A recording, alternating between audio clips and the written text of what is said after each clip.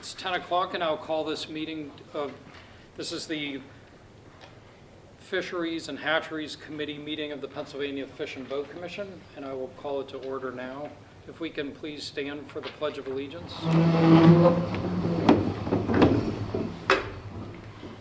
I pledge allegiance to the flag of the United States of America and to the republic for which it stands, one nation, under God, indivisible, with liberty and justice for all.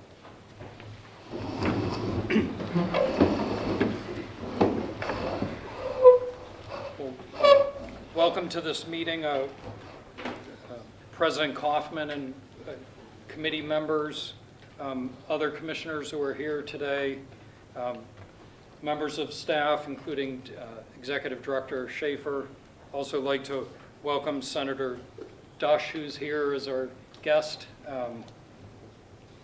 and the press and public. So this meeting is not being live streamed today. It is in person only, but it will be available, a video of it, following the meeting in the next few days from the Commission's website. It's a pleasure to be back here in person. It's been some time since we've had the opportunity to meet in person. And not only are we in person, we're not wearing masks, which is nice also. Looking forward to the opening day of Trout statewide, which is this coming Saturday. I'm sure everybody's excited about that. So we have a number of discussion. Do you want to do the roll?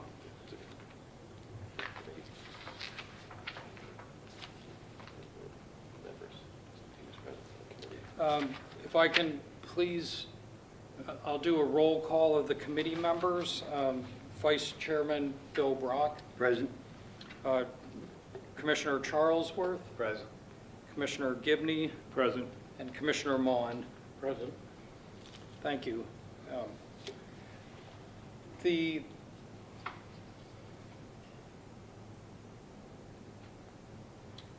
items that we intend to go over today are amendments to 58 PA Code, Chapter 71 and Chapter 73, the Fall Trout Stalking Program overview, an overview of the fisheries agenda items planned for the April 2022 quarterly commission meeting, and finally a commissioner discussion regarding wild trout populations. So this is the opportunity for public comment. Are any members of the public here and wish to comment at the beginning of this meeting? Right here behind you. Yes, please step forward. You're welcome to come up to the podium. Wherever's fine for me. Please state your name and where you're from. And if we can try to keep our comments to 5 minutes, please. Yep, should be. Hello, my name is Jared Manning. I live here locally in Bellefonte, but today I'm here to speak on behalf of my hometown, Austin, in southern Potter County. I apologize ahead of time for reading directly from my phone, not the best order. On Friday, March 25th, I worked with the Potter County Anglers Club to stock and mark several locations along the Southwoods Branch for the Mentor Youth Day. On the Mentor Youth opener, I took the opportunity to drive around the Southwoods Branch and Freeman Run several times from 8 a.m. to 1 p.m.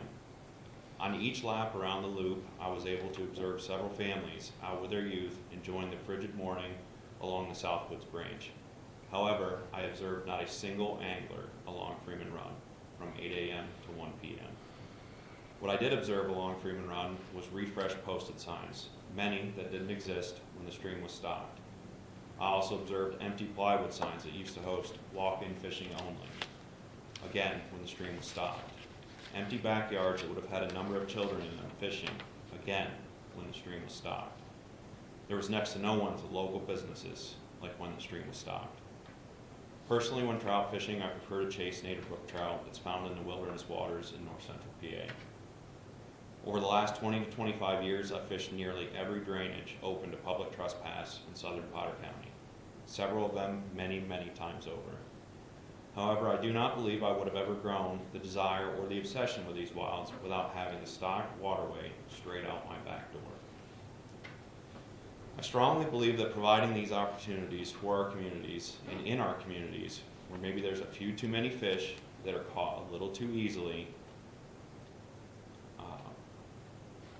are far more valuable to both the other sectors of wild trout and the PFBC than many, including many potentially in this room, might like to admit. Not that you think they have no value, but perhaps that you undervalue them. I understand the results of the latest study of Freeman Run. I have my doubts about the observations made and the conclusions reached during the study, but I'll have an opportunity to become more familiar with the process, and hopefully it will be an educational experience for many of us when it's assessed again later this summer. For at least a decade prior to the reclassification of Freeman, I personally drove a truck that had hundreds of fish from them from the Anglers Club that would end up in this waterway. Every chance I had, I ensured the youth in the area participated in the stocking. The excitement of the community, the way the Boy Scouts, some of the school classes, or some of the Relay for Life groups would benefit with their fundraisers around the openers, both Youth Mentor and the traditional opener, the backyard cookouts, and seeing families both local and from various camps casting together, the kids learning very close to home along the waterway. All this has nearly come to an end, and I believe that it's no coincidence that the downturn of these activities directly aligns with when the stocking stopped. In closing, if it wasn't 100% clear already, I'd like the Commission to reconsider their stance on allowing stocking to take place on Freeman Run. Having grown up on this water and observing the fishing traditions on it over the last 30 years, what I've seen since the stocking has ceased in the last several years has been absolutely heartbreaking. Thank you. Thank you.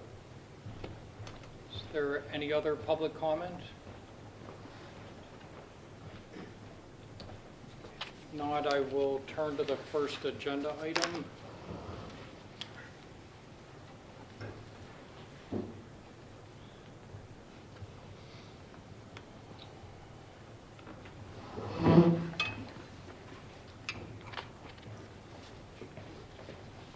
And Brian Wisner will be presenting this item.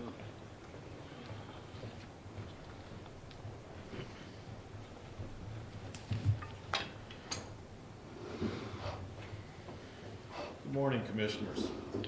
I'm Brian Wisner, the Director for the Bureau of Hatcheries, and I'll be starting off this morning talking about the amendments to 58 PA Chapter Code 71 and 73. And we're going to do this in several parts. Part of it, we're going to talk about the rewrite of the chapter. We'll talk about the aquatic invasive species portion, fish health certification, and also the stocking authorization. Now, 71 and 73 are about two main things: the introduction of fish into the Commonwealth waters, stocking, and transportation of live fish into the Commonwealth, or importing fish into Pennsylvania. This is part of our strategic plan goals. We were to identify and collaborate with agriculture and the aquaculture community so that we could protect sport fisheries and prevent negative impacts from stockings, spread of pathogens, and AIS, aquatic invasive species. The three main parts of this were to revise the regulations relating to the propagation and introduction of fish, revise the regulations to the transportation of live fish into the Commonwealth, and implement a stocking authorization program. So I'm going to start off by giving you some background information. Some of you may know more than others about what we've been doing the last couple of years in this project. Right now, there are no specific requirements for fish health testing for imports or stocking, except for the viral hemorrhagic septicemia, VHS. That's the only really specific requirement for fish health testing, that, and some for gill lice too. There's a need for specific regulations right now for importing fish and stocking fish into PA waters. Most states have these requirements in place to determine how and when fish are to be stocked into the various waters. Currently, fish may be stocked as long as they meet the propagation and introduction list. This is a list we have that has a list of the species and a list of the different watersheds that they may be stocked in. So they can be placed into those different waters as long as they meet things like the special regulation requirements, Class A waters and that sort of thing. Gill lice testing of rainbow and brook trout is required for special activities permits, or SAPs. These are the permits that are required for tournaments and things like that, special events.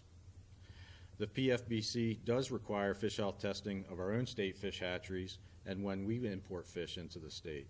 By that, our fish health unit goes out to our different hatcheries. They do a complete inspection of our facilities to see what pathogens are there, which ones aren't, so we get a good knowledge base of what's in our facilities. At the same time, if we're importing fish, such as hybrid striped bass or striped bass from down south and stocking them into a location, we require that those fish coming in have a fish health certificate too, so we know that they're good, clean fish coming into Pennsylvania. Some examples of why these regulations need to be improved at the present time. I mentioned gill lice a minute ago. We do require that for the SAP process, but if someone is stocking trout into a waterway, say behind their camp or something like that, and it doesn't involve a tournament or a derby, they don't have to have a gill lice certification. We want to make sure that they are gill lice free. Fish could be stocked with an undetected largemouth bass virus into some of our newly renovated lakes. As you know, we've gone through a lot of work in recent years, working on these dams and these lakes and refilling them. We go through a process where we want to stock forage fish, panfish, largemouth bass, and other species in there. Someone could, within the state, interstate movement, take largemouth bass from one area, move it into that lake, and it could have largemouth bass virus. We ourselves, as an agency, make sure that we don't do that. We only stock clean fish. Recently, we had some largemouth bass fingerlings we wanted to stock into a newly renovated lake, but when we checked the brood source where we got those fish, some of the brood had largemouth bass virus, so we did not stock them in that lake. We sent them back to where they came from, and we used different source to stock it. Other things are like muskellunge could be stocked in a lake managed for bass, largemouth bass.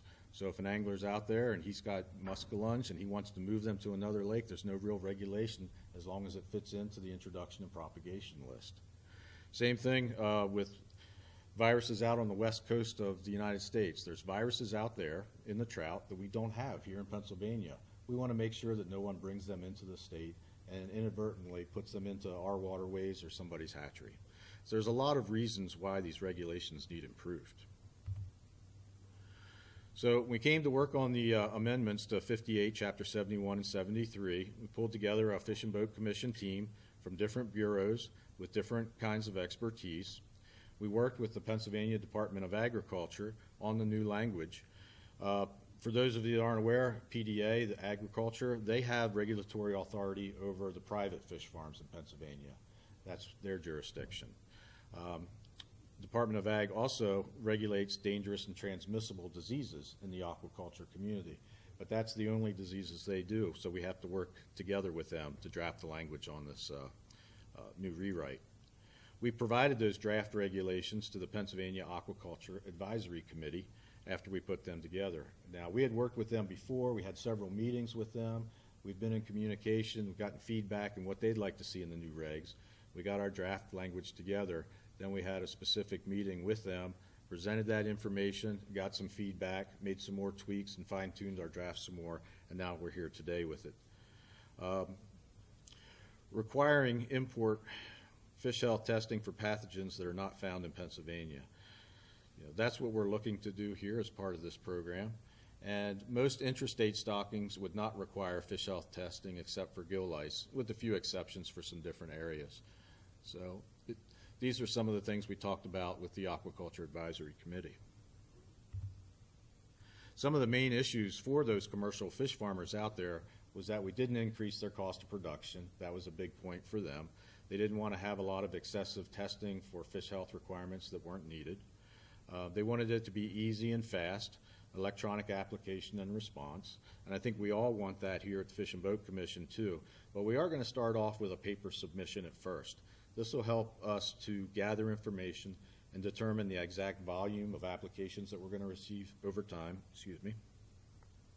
and fine-tune the application process so that we can make sure we have it just the way we want it when we go to the electronic version in the future.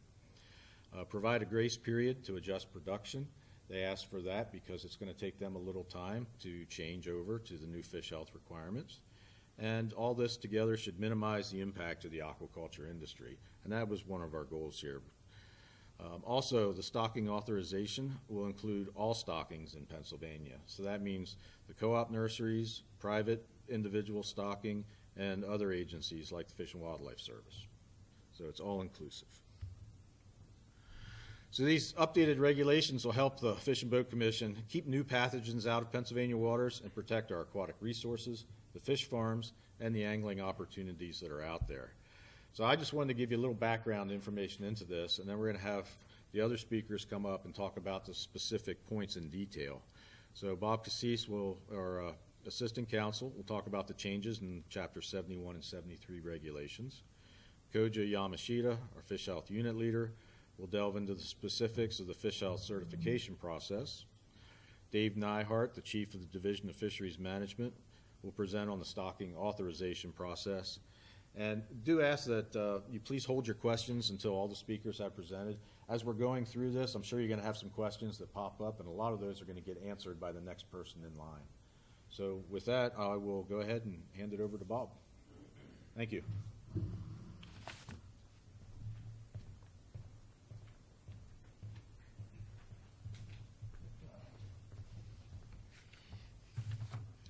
Thanks, Brian. And for those who don't know me, my name's Bob Cassis. I'm assistant counsel with the commission, and I'll be diving into some of the changes to the regulations themselves and what the formatting will look like. So chapters 71 and 73 of the commission's regulations, as you know, they address the introduction of fish into Commonwealth waters as well as the transportation of fish into the Commonwealth. And they were first created or promulgated in the mid-1980s by the commission. Again, I went into detail of what the primary reasons are for the chapters or what they address, but there's also certain sections in there that address other topics, whether it be prohibited species, closed system propagation, different stocking limitations, whether it involves commission-owned fish or different types of streams, such as wilderness streams. Amendments have occurred since the mid-1980s to both chapters, to different sections. And the latest changes to those, at least were through 2018, and that was specifically to the propagation list as well as the triploid grass carp section. So again, it's been some time since we've had some changes. But taking all that into account, a comprehensive rewrite is needed to address a lot of the conservation challenges of today and emerging into the future for the agency. So why the need for the rewrite, right? There's got to be a purpose as to what we're doing here. And first and foremost, to align our regulations with those of neighboring states to maintain consistency with aquatic resources management, preventing the spread of certain diseases and different vectors. We want to obviously have healthy fisheries, both for fisheries management, but also protecting native species we have here in the state. Within our state, we don't have any, at least not too much of a watercraft inspection requirements, so whether it be kayaks or what have you. You see a lot more of that in certain parts of the country, such as the western U.S. or New York State. But having something like that in place increases oversight of preventing the spread of something like hydrilla to different water bodies within the Commonwealth. With a stocking authorization, it would help us get a better accounting of where fish are being placed in Commonwealth waters for management purposes. And again, right now, the way that the chapters are written, there's a lot of repetitive language, so part of this was to clean it up, make it easier for anyone to read it, and have a better consistency and flow throughout.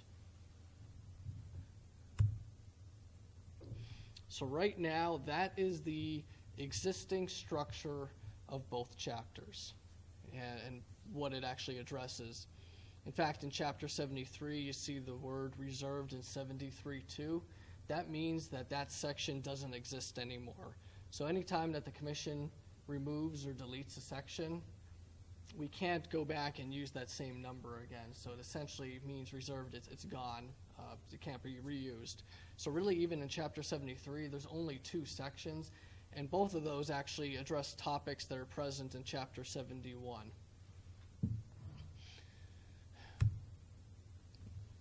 With the project we've been working on and designing for draft regulations, anything you see highlighted in yellow would actually be retained, whether it's entire provisions or partial text of those provisions. There's a lot of great things in both chapters that, that address aquatic resources management and fisheries protection, and there's no reason to get rid of that.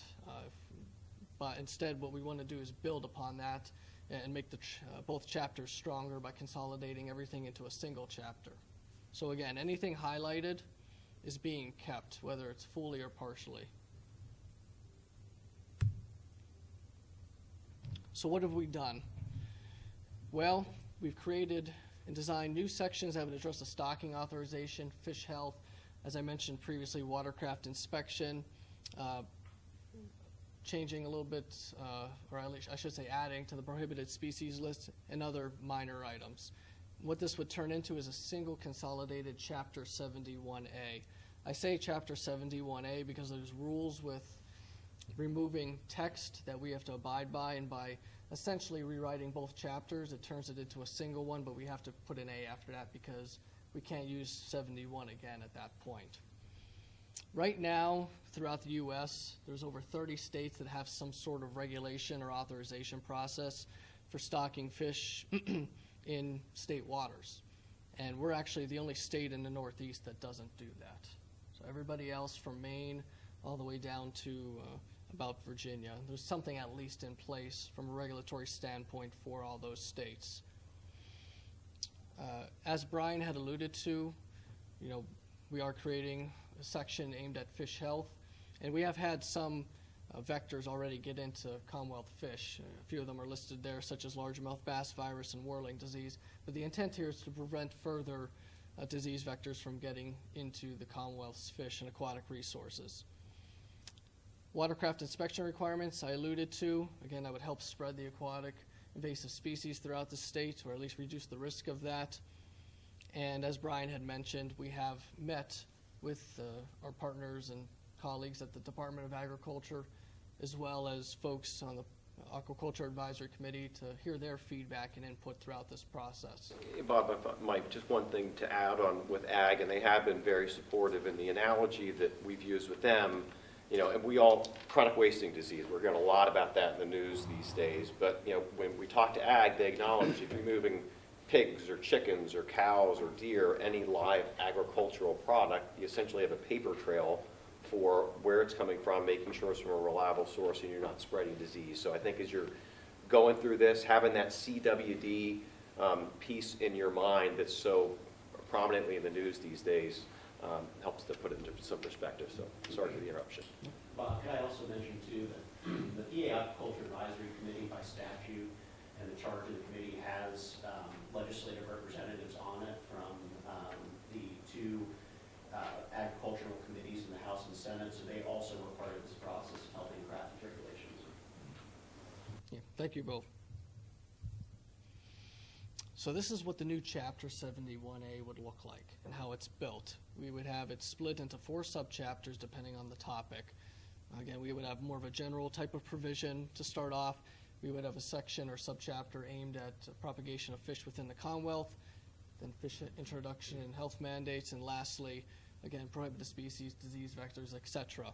Again, a lot that you see there is existing sections or chapters. They're just restructured. And then there's a couple new ones in there, such as 71A5 with stocking authorization as an example, or 71A12, such as the watercraft. Moving forward, what I'm going to do in the next few slides is I'm going to focus on the new things to give you an idea of what those sections will cover. And then further on in the presentation, staff will zero in on specific aspects, whether it be the stocking authorization or the fish health sections. So 71A5, this would be a stocking authorization from the Commission. Essentially what it says is that no fish shall be stocked or placed into a water of the Commonwealth without an approved stocking authorization from the Commission. Okay, well, what does waters of the Commonwealth mean? Well, there's a statutory definition in Title 30 that's quite broad, but in this case, we didn't want to cause confusion with, number one, our partners at the Department of Agriculture, but as well as the commercial aquaculture community. an example would be, well, I have a raceway on my property that I'm putting fish in. Is that, considered a water, the Commonwealth, for your regulatory purposes? So what we've done is we've included language that would not include those waters to make sure we're clear on what we're talking about. Starting off with this process from January 1 of 2023 through the end of December 2024, individuals who are interested in stocking fish in the Commonwealth would submit a notice of stocking to the Commission. And again, as Brian mentioned, this would allow the Commission to really get an idea of what is being stocked here in the state and what volume can we expect. So when it comes time to implement the stocking authorization program, we're going to do it the right way. And as I mentioned, the stocking authorization application and program, that'll be fully effective on January 1 of 2025. So it does give folks some time to learn about this and prepare for it as well. Moving on, the second new section would be aimed at fish health. And again, we're charged as the agency for fishing and fish health and fish management throughout the state, as well as all other aquatic resources. So this aims right into that. I wrote there that a fish health certificate may be required for fish being imported or introduced into Commonwealth waters. Again, Koja will go into more detail on that, but this isn't a all or nothing approach. It really depends on what's going to be stocked and where. And the intent of this is, again, to make sure we're not having fish that have specific diseases or vectors being placed into Commonwealth waters and having an impact on the existing fisheries that are in place. Certainly, when it comes time, if there is an emerging dangerous transmissible disease, that term, that kicks in Department of Agriculture's jurisdiction, and we'll certainly consult and work with them on matters such as that. As I mentioned, staff here at the agency have created a fish health inspection protocol that'll guide the fish health inspection process. And similar to the stocking authorization, we wanted to give time for folks throughout the state to prepare for something like this. So we would have the protocol be fully effective on January 1 of 2025, but in the meantime, starting on January 1 of 2023, which is when this chapter would become effective, we would have existing requirements still remain in place, again, such as the existing VHS regulations or gill lice certification if an individual or entity is applying for a special activities permit. Watercraft inspection, again, you may, if you travel, again, I'll use New York State as an example. If I'm going to put a kayak into the Adirondacks, they're going to check my kayak before I put that in and ask where it's been to make sure that it doesn't have anything attached to it from an aquatic vegetation perspective or an invasive species such as a mussel species. But the intent here is to make sure that nothing's being put into Commonwealth water with different vectors or prohibited invasive species or, again, aquatic vegetation that could be an issue, or leaving a water body and driving down the road with that attached. Again, our waterways conservation officers may order a watercraft to remove that or at least decontaminate if possible. And again, one aspect of this, and this happens to be an issue with the Great Lakes as well, is before transporting a watercraft away from a water body, it's emptying bilges and live wells to prevent any potential, again, vectors that are present in live well water from getting into another water body. Now, we do understand there's exceptions here, so if an individual's operating in a fishing tournament, for instance, and you need weigh-in purposes, there's an exception in the regulations for something like that. But again, the intent here is to really try and prevent water that may be contaminated with different vectors from being transported throughout the state and spreading those vectors. Lastly, for my part here, there's other things we addressed within the rewrite, within the topics of prohibited species. The Commission's going to add New Zealand mud snail to that list, as well as aquatic plants that are designated by the Pennsylvania Department of Agriculture's Control Plant and Noxious Weed Committee. Think hydrilla as an example for something like that. That would fall under that. And really, again, we had, I think this past year, zebra mussels show up in Raystown Lake. So, and that's very hard to get rid of once you get it. So that, again, that's an example here of why we're doing what we're doing. It's not willy-nilly. There's a method to the madness here. We're also going to have our last section be a prohibition on releasing or disposing live bait fish into waters of the Commonwealth, again trying to prevent that spread, with narrow exceptions. We are aware that the Commission uses live fish to feed fish that we raise in different lakes or what have you, as well as the commercial industry as well. So we've carved out an exception for those limited purposes there. But again, if you buy bait fish from somewhere, use it up. We don't really want to see, or I should say, the agency is trying to avoid having live bait fish be released into waters of the Commonwealth, again, to reduce the chances of different disease vectors or, again, aquatic invasive species from spreading throughout the Commonwealth. So I know that was a lot of information. I'm going to pass it on to Koja next, who's going to go into a lot more detail on the fish health aspect of this and how it's supposed to work. So thanks.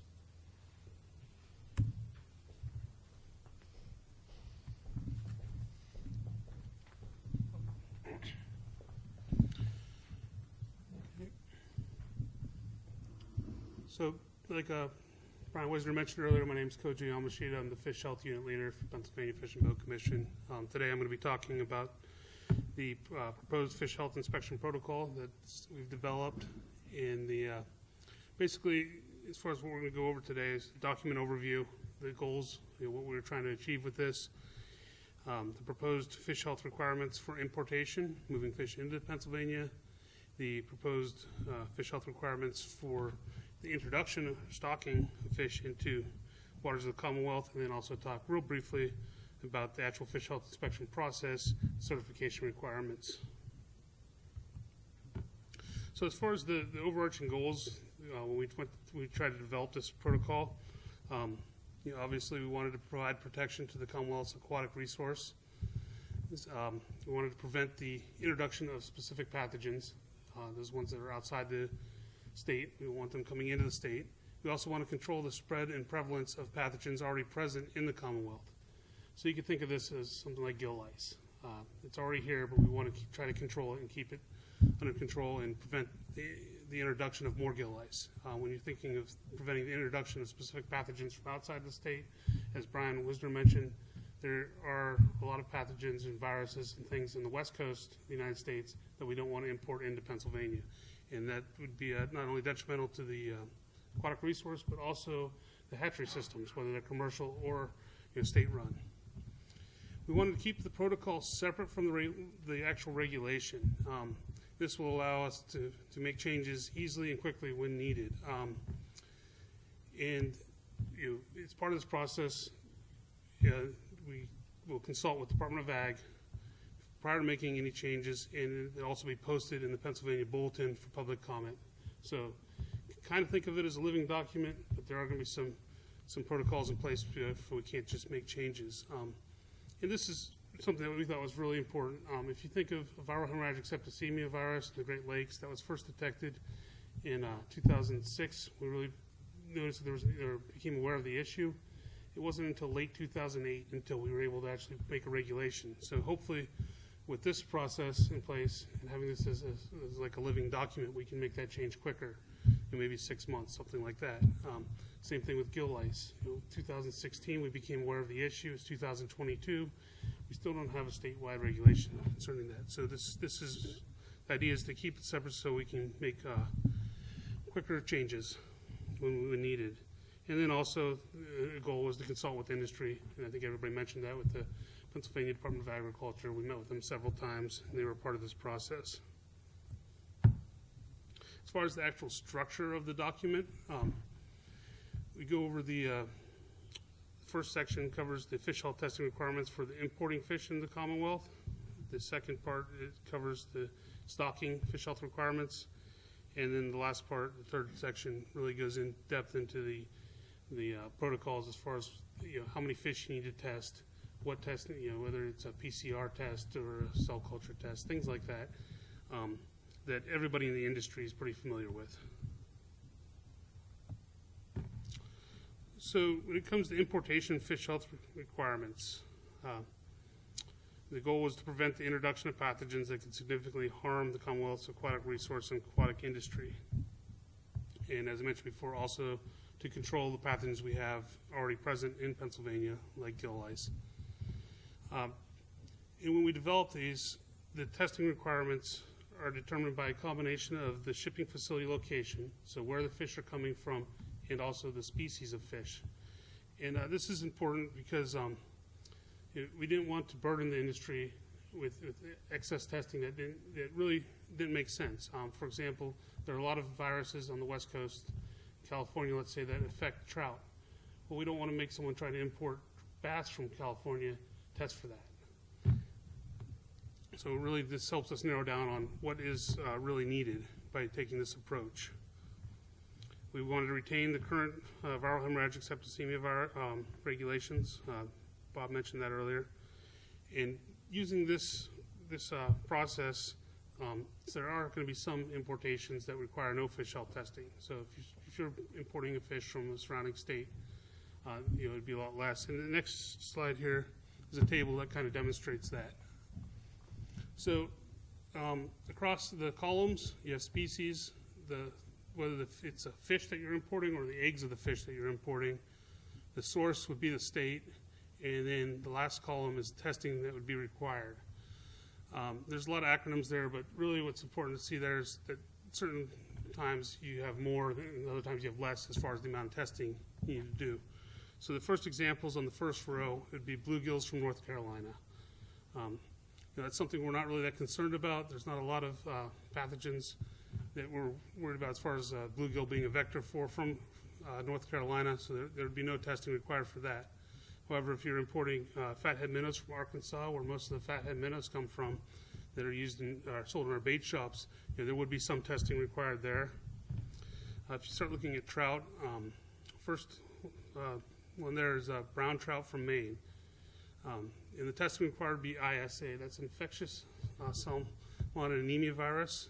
And in the United States, it's only been detected in Maine. So in Maine, if you're importing fish from Maine, that's something we require you test for. And it's also found in trout. So it would be trout. If it was something like a bass from Maine, it would not be required. In the next row, same species of fish, but we're importing it from West Virginia. West Virginia is right next to Pennsylvania. There's not a lot of pathogens that are in West Virginia that aren't in Pennsylvania, so there would be no requirements there. However, if you were going to import rainbow trout from West Virginia, we are concerned about gill lice. And rainbow trout are susceptible to gill lice, so we require gill lice testing if they're coming from West Virginia. And so that's just an example of how the species plays out. With this brown trout, there's no testing. Rainbow trout, there would be testing for gill lice required. Similarly, the rainbow trout from California, there's a whole bunch of different pathogens that we'd be concerned about, including gill lice. And then the last row shows the difference between fish and eggs. So rainbow trout eggs from California, there's only 2 viruses there that we were worried about. And if you think of something like a gill lice or a large parasite, they're not transferred in the eggs. So we're looking at that and saying, okay, you can transfer eggs. You only have to test for these viruses, but you don't have to test for gill lice and other large parasites. So that's kind of the example of our thought process in developing those requirements. As far as the enforcement of the fish health requirements, currently there's no importation permit or application or authorization that's reviewed by the Fish and Boat Commission when you want to import fish into Pennsylvania. We don't intend to start that with this process. Instead, the enforcement will mimic the current VHS regulations. And the way the VHS regulations work is that if you're importing fish into Pennsylvania and you're importing from a state, one of the Great Lakes states, you have to have paperwork on that accompanies the shipment stating that those fish were tested and were found negative for VHS.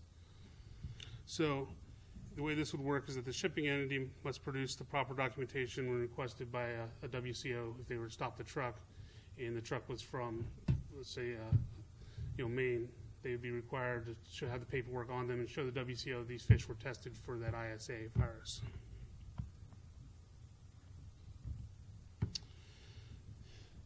As far as the introduction or stocking fish health requirements. As Brian mentioned, one of the goals was to make sure that they apply to all stockings, Fish and Boat Commission, co-op, federal, university, or commercial.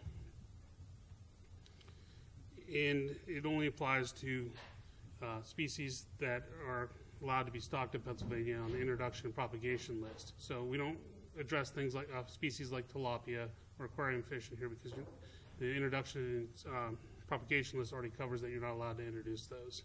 So there's no need to worry about pathogens that affect those species. It was designed to provide protection on a variety of levels from a specific water body like a lake or something that is all-encompassing like a statewide regulation. And similar to the introduction or the importation requirements, it depends on the species being stocked, and in this case, it depends on where they're going, not where they're coming from. So, where that fish is going to be stocked into which water body. And as Brian mentioned before, many of these stocking events will have no or minimal fish health requirements taking this approach. And this does not require that all facilities conduct fish health inspections or have to pay for fish health inspections, only if they meet the specific requirements in the protocol. So this is if by doing that, if they do the fish health inspection and they're negative for the pathogens, they now can stock fish, everywhere, whereas they might be slightly limited if they don't do that. So, I think everybody got a copy. The commissioners got a copy of the protocol. Table 2 is where we really go into the actual requirements for stocking. There's 3 main sections. The first section deals with gill lice, and this is an example of a statewide requirement. It only applies to brook trout, rainbow trout, and tiger trout. Just like the gill lice requirements now for the SAP permits, it does not apply to brown trout. Basically, what it mimics what we're doing with the SAP permit. Fish must be obtained from a facility or shipment that has been certified gill lice free following our gill lice certification protocol. And another thing I want to point out here is that the Commission currently does this for all of our state hatcheries. We inspect all of our state hatcheries and all of our cooperative nurseries. So we're not asking the commercial hatcheries or the public to do anything that we're not already doing. The next section deals with the Great Lakes watershed. This is an example of a requirement for a specific drainage or a specific section of the state. Applies to trout stocking of fish into Lake Erie and Lake Ontario watersheds. Includes portions of Erie, Crawford, and Potter counties. And what we say in this part of the protocol is that the fish must be obtained from a facility or a lot of fish that have been tested negative for the following list of pathogens here. And there's 9 of them, but it doesn't mean that they have to test for all 9 pathogens. It depends on the species of fish. For example, koi herpes virus only affects carp and koi, so we would not be requiring a facility to pay to have their trout tested for koi herpes virus. And then again, this is only with respect to the Great Lakes Basin. If they're stocking outside the Great Lakes Basin, this would not apply. And in addition to protecting the valuable resource, which is the Great Lakes, it also helps ensure that the Fish and Boat Commission is fulfilling its duties as a member of the Great Lakes Fisheries Commission. As a member, we're expected to follow the Great Lakes Fisheries Commission's recommendations, and they do have recommendations on fish health and what needs to be tested for when we stock fish into the Great Lakes. And by doing this, we'll ensure that we're following those. And I also want to point out that this is currently being followed by every fish that the Fish and Boat Commission stocks into the Great Lakes already, whether it be from one of our hatcheries or from a cooperative nursery. We're already following this protocol as an agency. The last section with the requirements for introduction or stocking deals more with individual waters. And this would be something like Brian mentioned about a lake that was being refilled, and we want to ensure that the clean fish are going into that. And so we state that we may require specific fish health testing for these waters. And when this occurs, the Fish and Boat Commission will notify the stocking authorization applicant during the stocking authorization review process.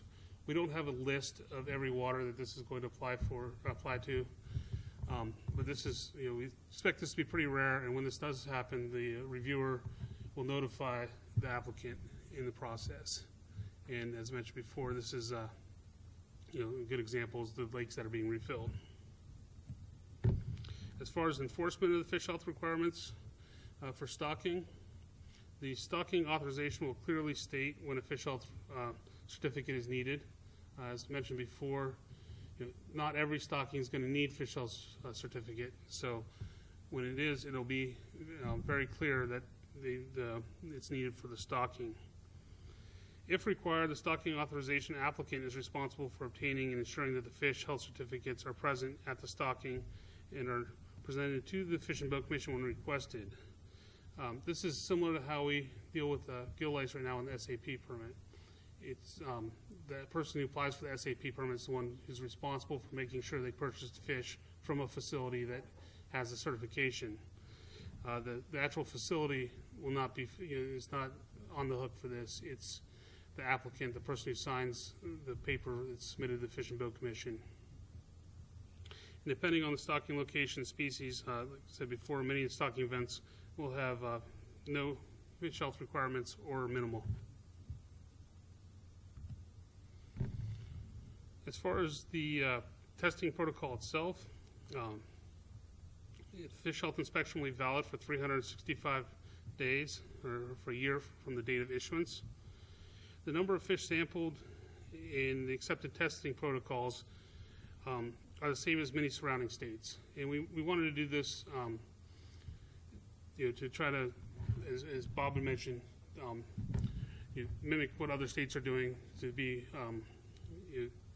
this way somebody who's growing fish in Pennsylvania can get one inspection done, sell fish to New York, Maryland, or New Jersey, as well as stock fish here in Pennsylvania. And if a facility does test positive for a pathogen, the protocol outlines ways for a facility to demonstrate freedom from the disease. So, through several testing protocols, they can eventually say that the facility is free of that pathogen. And also, we allow for a variety of reports and certifications that are standard for all over the industry. If you get a fish health farm from New York, they have their own fish health certificate there. Arkansas bait fish industry has another one. We're saying that we're willing to accept all those as long as they're meet our requirements. And this is important for the commercial hatcheries because they have to pay to get those certificates.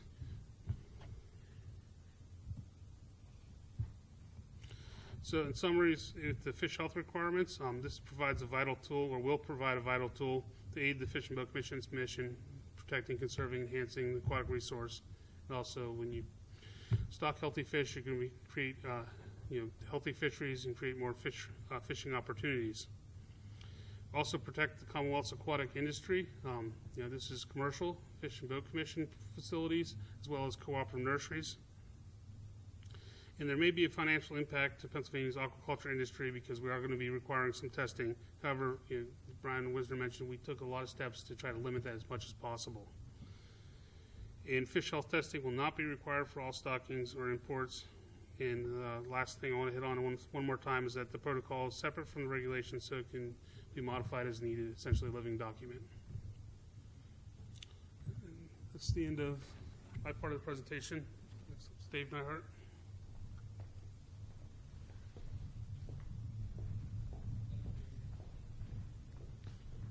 All right, good morning, Commissioners. Dave Nihart, Chief of the Division of Fisheries Management.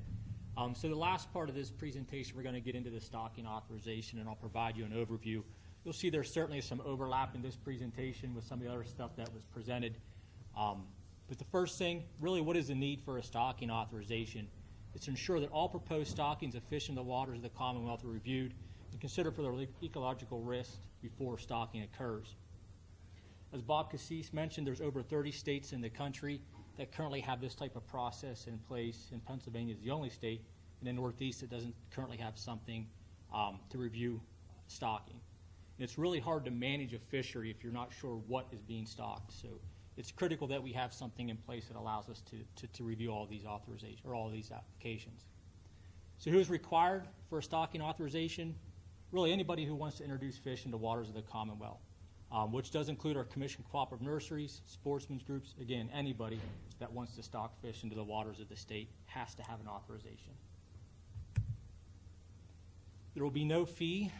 The application is completely free, so there will be no financial burden to anybody choosing to stock fish.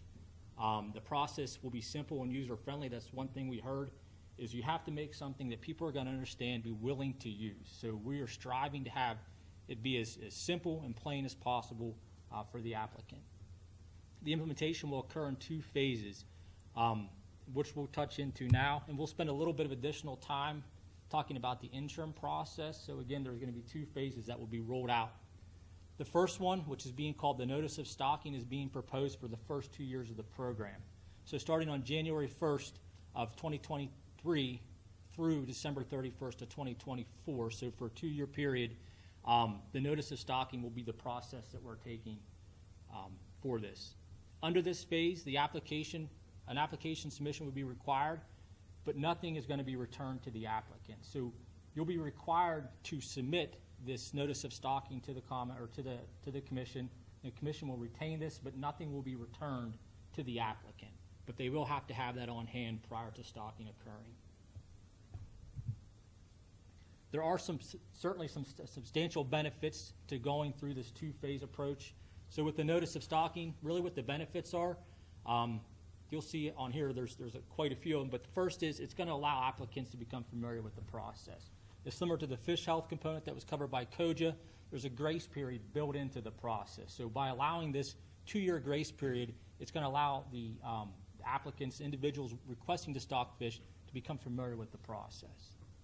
It'll allow the commission to adjust stocking authorization process to comply with the regulations passed by the board. So as part of the Chapter 7173 rewrite, 71.5 specifically calls out the stocking authorization process. So having this in there will help comply with those regulations. It will give staff time to explore options for accepting applications electronically. Currently, under the interim process, applications must be submitted either through the mail, fax, or hand-delivered to one of our commission offices. There's current IT issues right now with security concerns that are limiting us from saying officially now that we'll be able to take electronic applications. So as of now, they'll have to be either, as I mentioned before, delivered in person, mailed, or faxed to the commission. There are other options being explored at this time. IT management system is being designed to accommodate both the manual application intake process and electronic submission process. So we're working towards the electronic process, but we're currently not there. Offers the opportunity for a commission to properly assess the number and types of applications submitted. We're currently onshore. We have a good idea of how many applications we're going to get on a yearly basis. But by going this first process, it'll allow us to get a better understanding of what kind of requests and the amount of requests that are currently going to occur. It'll allow us to gather additional data that will ultimately be used to develop a user-friendly and efficient application process. So we're working towards ultimately getting to a process where applications will be able to be submitted electronically. And it provides us additional time to further enhance the automation reviewing process and responding to the applicants, which really our main goal is to make this, as I mentioned before, very user-friendly. So having this interim process in place is going to allow us and put us in a better place moving forward when the final product is developed.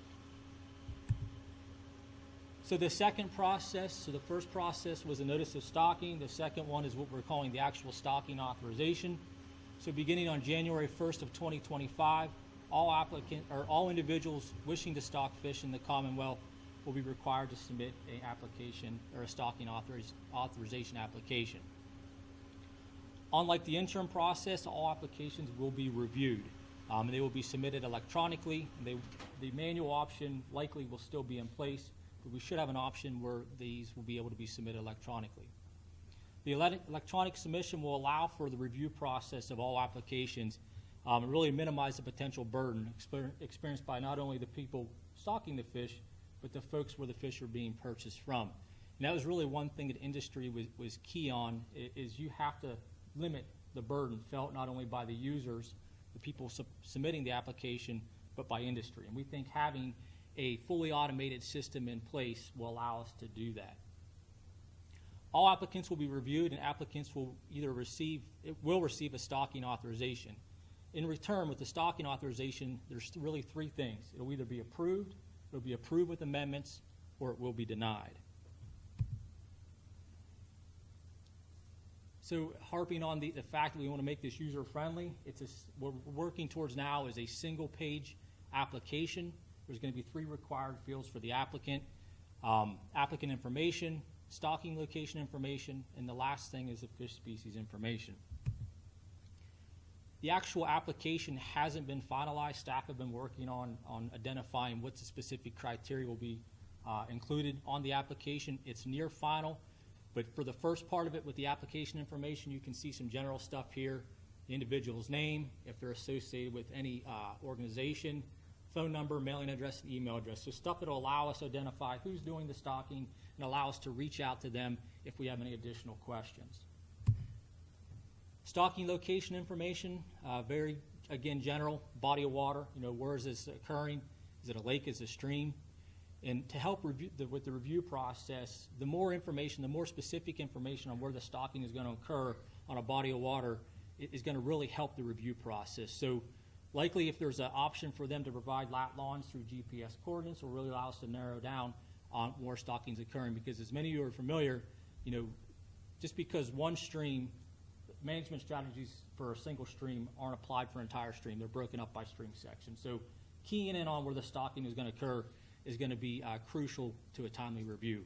We're also asked for county, municipality, and then when the stocking dates are going to occur. The last part is fish species information. So we want to know what species is being stocked, the number and the weight, number or weight of fish being stocked. So most people think that, when you go and purchase fish, you say, I want 500 fish or whatever. A lot of times it's not done by the number, it's done by the weight. So industry asks for us to allow the weight to be added or included instead of the number, because that's how they do things in business or in industry. Also want to know life stage. Are people stocking, brood fish? Are they stocking adult fish? Are they stocking yearlings, fingerlings, whatever the case may be? So we're curious to what the life stage is. And the last part on here, is just the source of the fish. So where are the fish being obtained from? Applications will be reviewed and either approved or considered for revision based off of the criteria that was just mentioned. The species of fish, the number of fish, and the location of the stocking, and also if there's any fish health concerns. A decision matrix is currently being designed, and what that will allow us to do is uniformly apply this when reviewing applications. So when we get an application, regardless of where it's coming from, it's being reviewed without bias. So prior to an application being denied, staff will contact the applicant and attempt to address any concerns. Really the goal of this is working with the individual requesting the stocking. So it could be something as simple as, hey, I want to stock brown trout in a certain stream. Maybe our agency is actively managing that stream section for brown trout. So we'll reach out to them and say, hey, we have concerns with this species being stocked. Can you stock rainbow trout instead? Yes.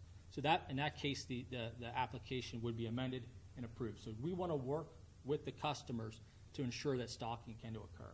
That's not to say everything's going to be approved, but our goal is to work with folks to ensure that stockings can occur.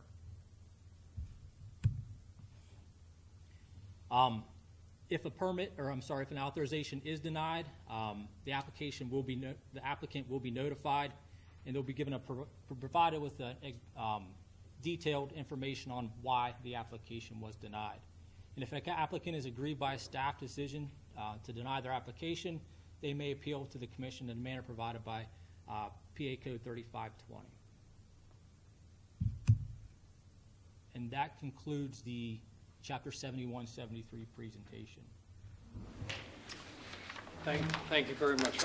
I have a number of questions first, and then I'm sure the other commissioners do also. Is the intention to present this at these rewrites at the upcoming April meeting? Correct. Okay. Can we do it without the decision matrix? I mean, how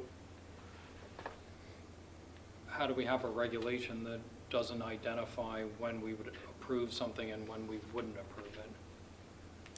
So the decision matrix, I mean, with the first year of just having the notice of stocking, the decision matrix isn't going to be used for the first 2 years because everything is going to be approved. We're essentially taking in all the applications and storing them, and based off of that, I think really some of the decision matrix is going to be based off the information we learned.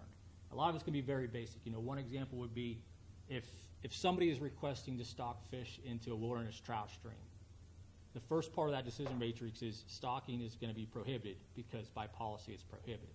But it's also going to include things specific to certain waters. As mentioned by Koja and Brian Wisner, if we have a lake that we're reestablishing and say we're stocking largemouth bass in there, we're stocking, you know, various panfish, and somebody comes along and wants to stock muskie, we're going to say, well, that's prohibited because it's going against our management plan. So the decision matrix is going to take in account all of those things. And will take some time to certainly to develop.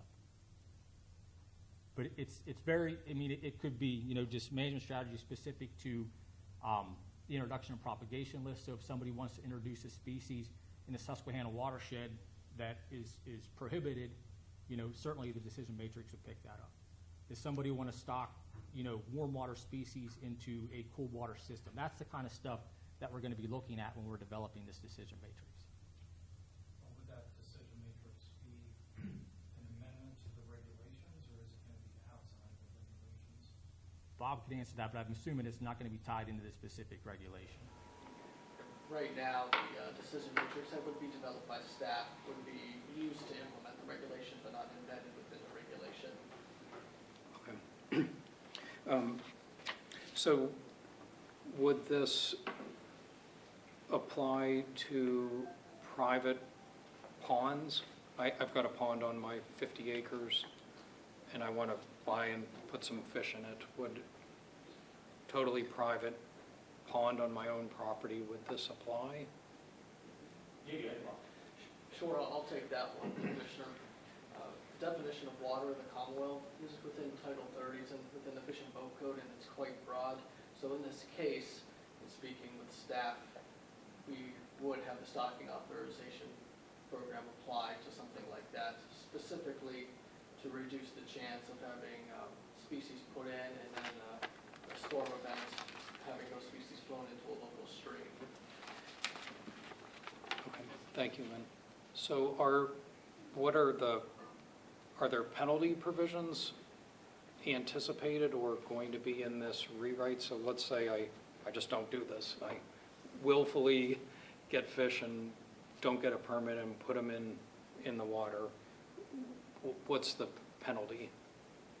Sure, so the authority that Chapter 71 is derived from, any violation of 2102, Title 30, I believe is a summary offense of the second degree.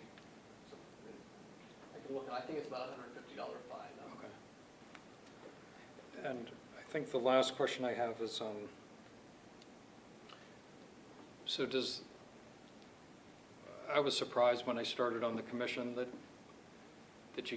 I can't put any obstruction in the water, but I can basically dump fish in. And I understand this is addressing that, but are there prohibitions on today or in here to introduce anything that's not a fish, say a salamander, or you mentioned mud snails, but say some other snail, can I just buy them and drop them in the water without any authorization?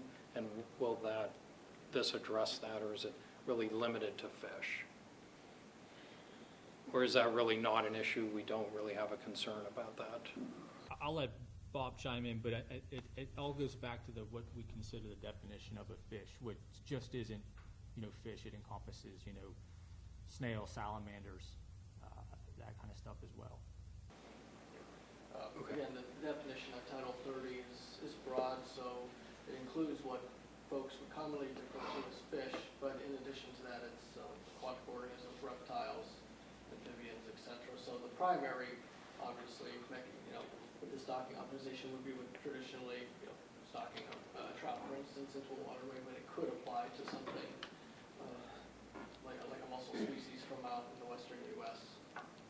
Great, thank you. Any other Yeah, commissioners? I have one. On the boats and the kayaks, are we going to do any kind of outreach on what individuals can do to clean their boats, videos, all that kind of stuff? Is that in the works? Yes. Okay, Yes, good. we'll definitely have Good. a vibrant educational campaign before this all goes into effect. Including signage at facilities and Yeah. online stuff, yeah, absolutely. Okay. In terms of the economic impacts, this isn't going to put any hatchery out of business, is it? That we know of at this time? That, I don't have an answer for. We have, again, structured it to reduce financial impacts, and even the testing component of it just to require most of the stuff will be coming from the West Coast. So we really tried to limit what impacts would come to intrastate hatcheries here at that point. You've heard a lot about how we've communicated with the industry and trying to be cognizant of their interests. Obviously, they are a vital part of angling fishing in the Commonwealth, and it's really nobody's interest in putting anybody. No, and I wouldn't suggest that that would be our intent at all. It just would be good to know, because we'll get the calls if it happens. Yeah, and, you know, if you look at the other states, we've heard from the industries that we're working with that we're asking them to do is not different than if they're sending their fish to Maryland or New York anyway, right now. And I said it personally to the industry groups and to their trade association. We want healthy aquatic resources in the Commonwealth, and we want a healthy aquatic aquaculture industry. We can have both. And that was a question that I wrote down here. Do we try to do an estimate or have them come up with an estimate of what it might cost them? And we discussed that along the way, even for us too, because when the code just slides, you know, you mentioned some economic impact, and we want to minimize. I didn't know if we'd come up with an estimate just to give them a heads up before they get sticker shock 2 years down the road. Sure, and staff, we've been working on that to determine, I think what it comes down to is what exactly is going to require testing, and my understanding, and staff can clarify, is that would vary on what's being tested. So it's not as easy to just figure out a clear-cut answer that this is a financial impact. It's a little more complicated just based on the testing requirements and what would need to be tested, but certainly we're working on that right now. I can address that a little bit too. If a fish farmer in Pennsylvania is now sending fish outside the state, like New York or New Jersey, they really won't be doing any additional testing for inside Pennsylvania. If it's a small mom and pop type hatchery that just stocks inside Pennsylvania, they should not have to do any really additional testing unless they're going to the Great Lakes or one of these specific water bodies that we're talking about, but they will have to do gill lice testing. And our co-ops, any financial obligation that they're going to have to? They would fall under the same realm as the mom and pop that I just mentioned. They're stocking within Pennsylvania. The ones in the Erie watershed, we already test specifically to make sure that they can stock into the Erie area. The other ones that are around the state, they're already checked for gill lice, so we do that.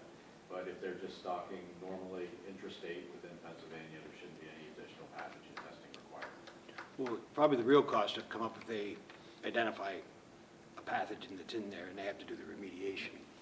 The testing probably, I would imagine, is probably not too expensive, but it's just, if they find a problem, that's probably where the big cost would come in. And again, with the co-ops, we'll work with them. I mean, Right. we have a dedicated unit, just as a reminder to all commissioners. We have 3 people, some of whom are in the room today, who work directly with the co-ops to keep them in business. Are all these certifications, are they third parties who do the testing, or does the commission do any of its, would the commission do testing for, say, a co-op, or do you have to go to a third party? And Coach, you want to just come up at the table, since we are filming it. So we currently do all the testing for the co-ops in the Great Lakes Basin. And we do all the testing at our hatcheries. So if there was a situation where co-op would need tested, we'd probably be doing that right now. So that, you know, right now, the only spot that they're going to need tested is the Great Lakes Basin, and we're already doing that.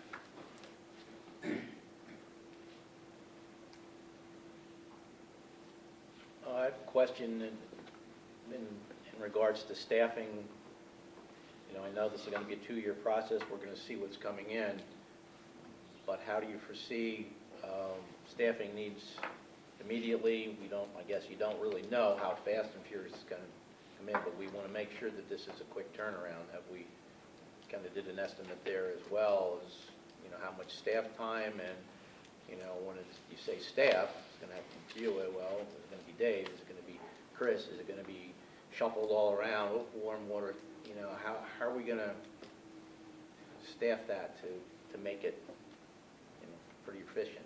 Yeah, and that's a good question. I think that, you know, when we're going with the notice of stocking, it's going to really allow us to determine how many staff are we going to need to make this function properly. Entering phase 2 with the actual stocking authorization, if we're working towards an electronic submission, we've consulted with other states that have this process in place. And really what the goal is to have the applicant work towards an automatic approval, which limits the amount of review. So that can be done, you know, when you're entering the electronic submission phase of this. So, you know, I think most states, they say around like 90% are automatically approved. You know, if we get to that number, then only 10% of the applications that would come in would actually be brought before staff. So a lot of the staffing is going to be determined on how well the online authorization process is developed. So I guess we can't really give you an answer on how many at this time we anticipate having to be involved in this. And there'll be a seasonal nature of it as well, you know, similar to think of boat registrations coming in, we would anticipate there'd be some seasonality to this. Yeah, just to further expand on that, Commissioner Kauffman, certainly we're considering the impact this might have to current staff and the further need for additional staff. But this process, as has been described, is going to inform us to that degree of how much processing it's actually going to require. Thank you. I have two more questions. I do. And I think Commissioner Pastore already touched on this, but in Chapter 71A, the subsection, there's a lot of no person shall or specific prohibitions, but I didn't see anywhere where it referenced what the penalty would be for any violation of that. Does that need to be referenced in that section, or are we clear that it's a second-degree summary, or?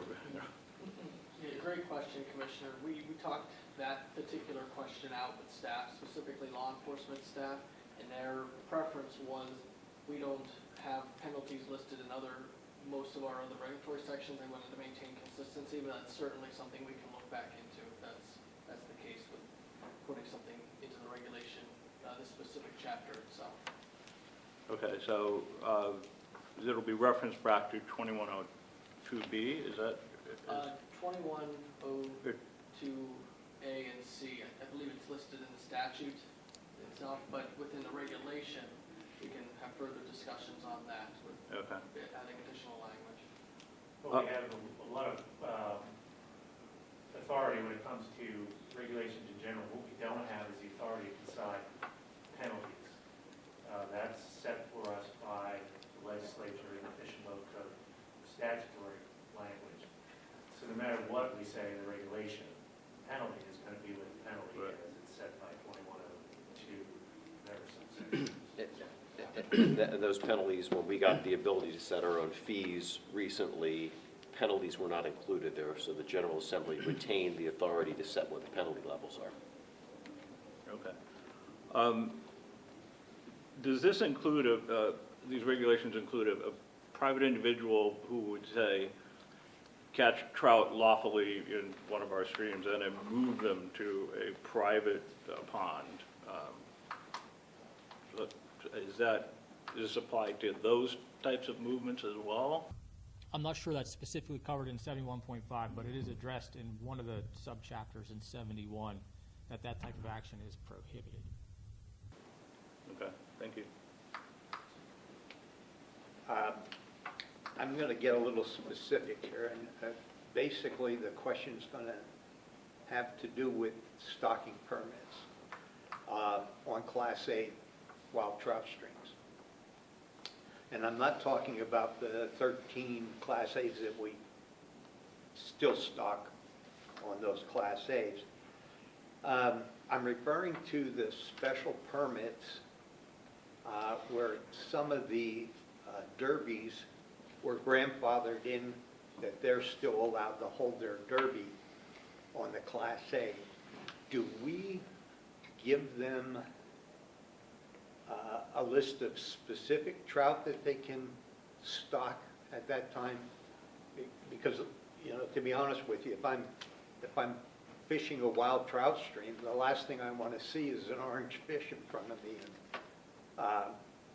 So do we have regulations like that when we make the permit? Yes, so the special activities permit, the 13-year referencing, so there was January of 2021, the board approved the continuation of stocking 13 portions of Class A streams based off of a couple things, one of them being special activities permits. Following your decision, staff and ultimately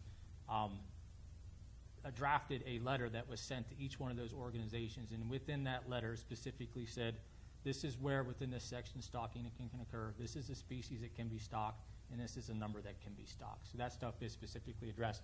And those authorizations were approved, or they're valid for 5 years. You're welcome, sir. I have two more questions.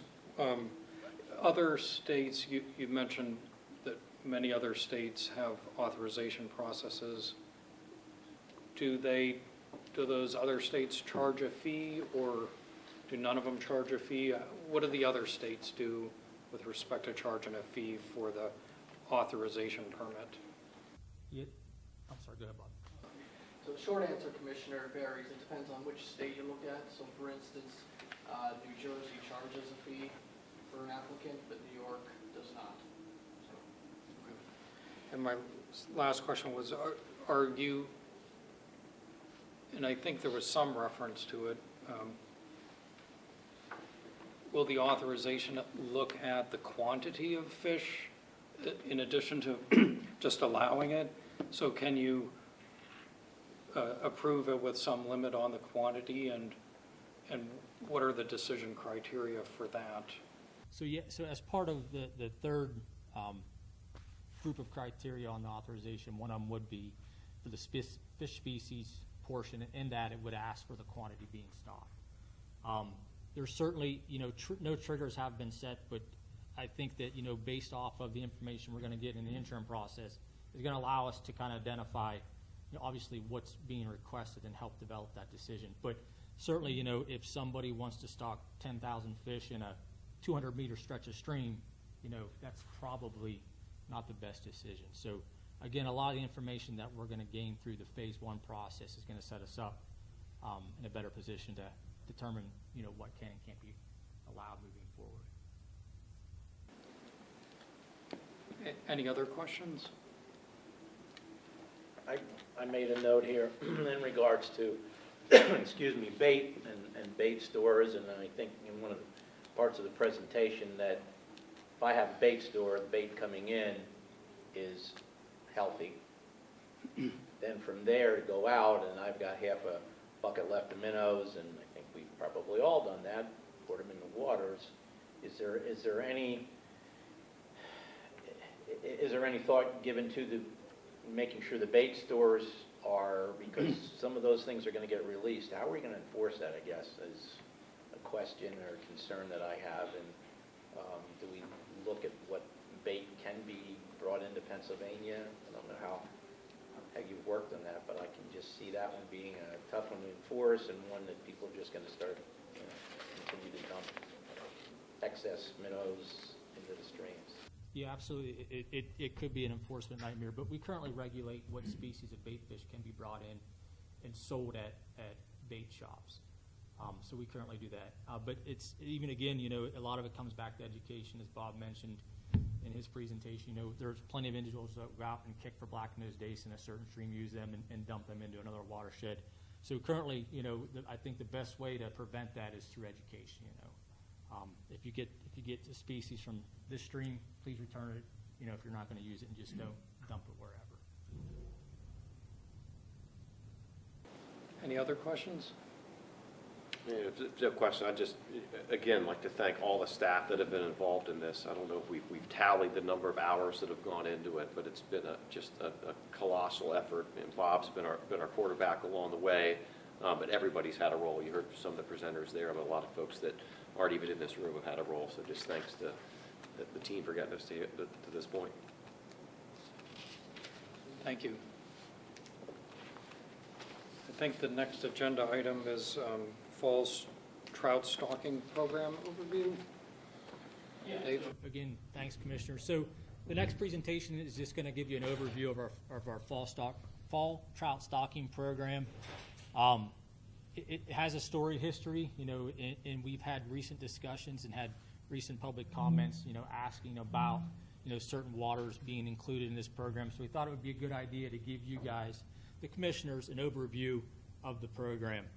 Really, the goal of the fall stocking program is really just to provide a diversity of angling opportunities, during the fall period. Traditionally, this program was only applied to lakes and reservoirs. It wasn't until 1989 when it was added to two streams as a pilot project, Wissahickon Creek down in Philadelphia County and Ridley Creek in Delaware County. Following the evaluation of those two streams in 1991 and 92, it was determined that the angler use that occurred on those two stream sections was pretty comparable to the amount of use that we see during our late spring, early summer stockings that occur in May. So for that reason, we decided we should expand this program because it would be beneficial and does provide additional angling opportunities in the fall. So it was expanded in 1994 from the original two that were added in 89. Fall trout fishing is popular with some segments of the angling public, but it certainly does not generate the same level of use as what occurs in the spring. In a couple slides from now, I'll get into what the actual use is, but it is popular with a certain segment of anglers, but by and large, these waters are not fished, do not receive the same amount of angler use as waters that are stocked during the fall. So what constitutes a fall stocking? Typically, these waters are stocked during the October time period. It's important to note that trout that are stocked during the fall are part of the water's annual allocation. So, as you guys probably seen presentations before, we have our resource-based categories is what has determined the stocking allocation for not only our stock streams but our lakes as well. So, if a stream is set to receive 1,000 fish per year, of those 1,000 fish, a certain portion of that allocation will be dedicated to the fall. And they're usually, as mentioned before, just given the low angler use during the fall, these waters tend to be stocked fairly light with low stocking rates during the fall because, again, the high angler use corresponding to the springtime period is where and why we stock most of these waters heavier in the fall or heavier in the spring than what we do in the fall. So currently, here's a statewide map of the waters in the fall program, so you can see there's fairly good distribution. I will point out, and maybe it'll save a question for later on, I did not include waters or lakes that are stocked in the winter period, so you may see like the northwestern part of the state and certain parts of the state are lacking some fall stock programs. It's because these waters typically are stocked during the winter time periods. This is really where we have heavy ice fishing pressure. So it's not like the northwestern part of the state isn't being stocked, outside of spring. It's just traditionally these waters have been stocked during the fall program. And whenever we did away with the early season stock trout program, the decision was made that a water either had to be stocked in the fall or in the winter. It was no longer getting both plants. So that decision was made by the FM to either roll the stocking into a fall program or the winter program. So again, this just is showing you waters that are stocked during the fall and does not include water stocked during the winter. As I mentioned, our angler use, you can see that typically, on average, our lakes receive about 590 hours per acre during the spring period. Compare that to our fall angler use, about 45 hours per acre of angler use. So, 10 plus times amount of use occurs on average during the springtime than in the fall. So again, when we're trying to provide opportunities for anglers, knowing that the influx of people are fishing during the spring, it makes sense that that's when we concentrate our efforts because that's when the anglers are there to utilize those resources. Right now we have 53 lakes in the program.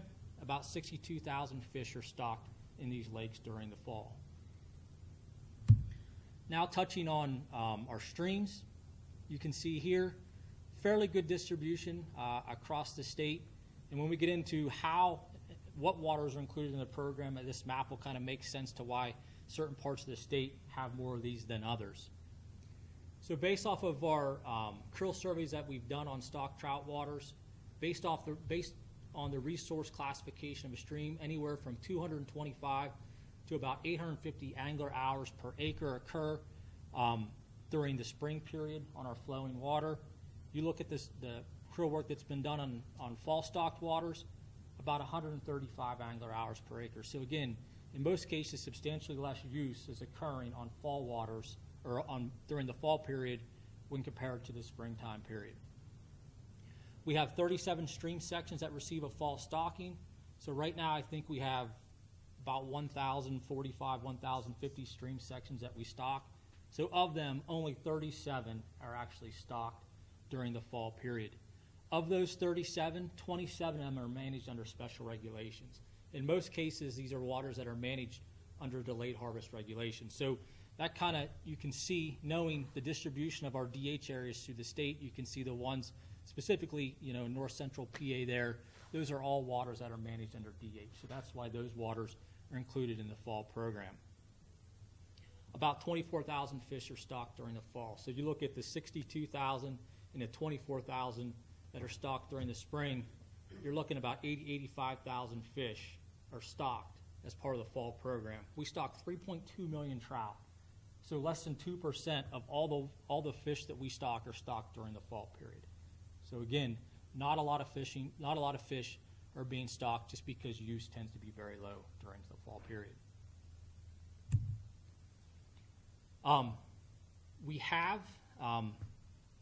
We do and continue to add waters to the fall program if warranted. It's not like, what's there now is all it's going to be there and we're not looking to add things. That's not true at all.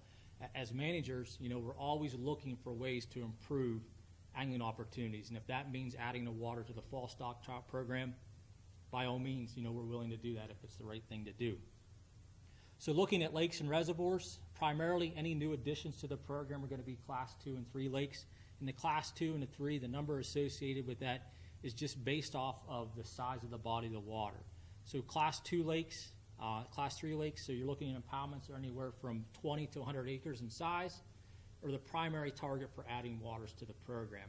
We do have other class 1 and other class 4 lakes that are currently managed or included in the fall stocking program, but moving forward, ideally, class 2 and 3 lakes would be given the highest consideration for a fall stocking.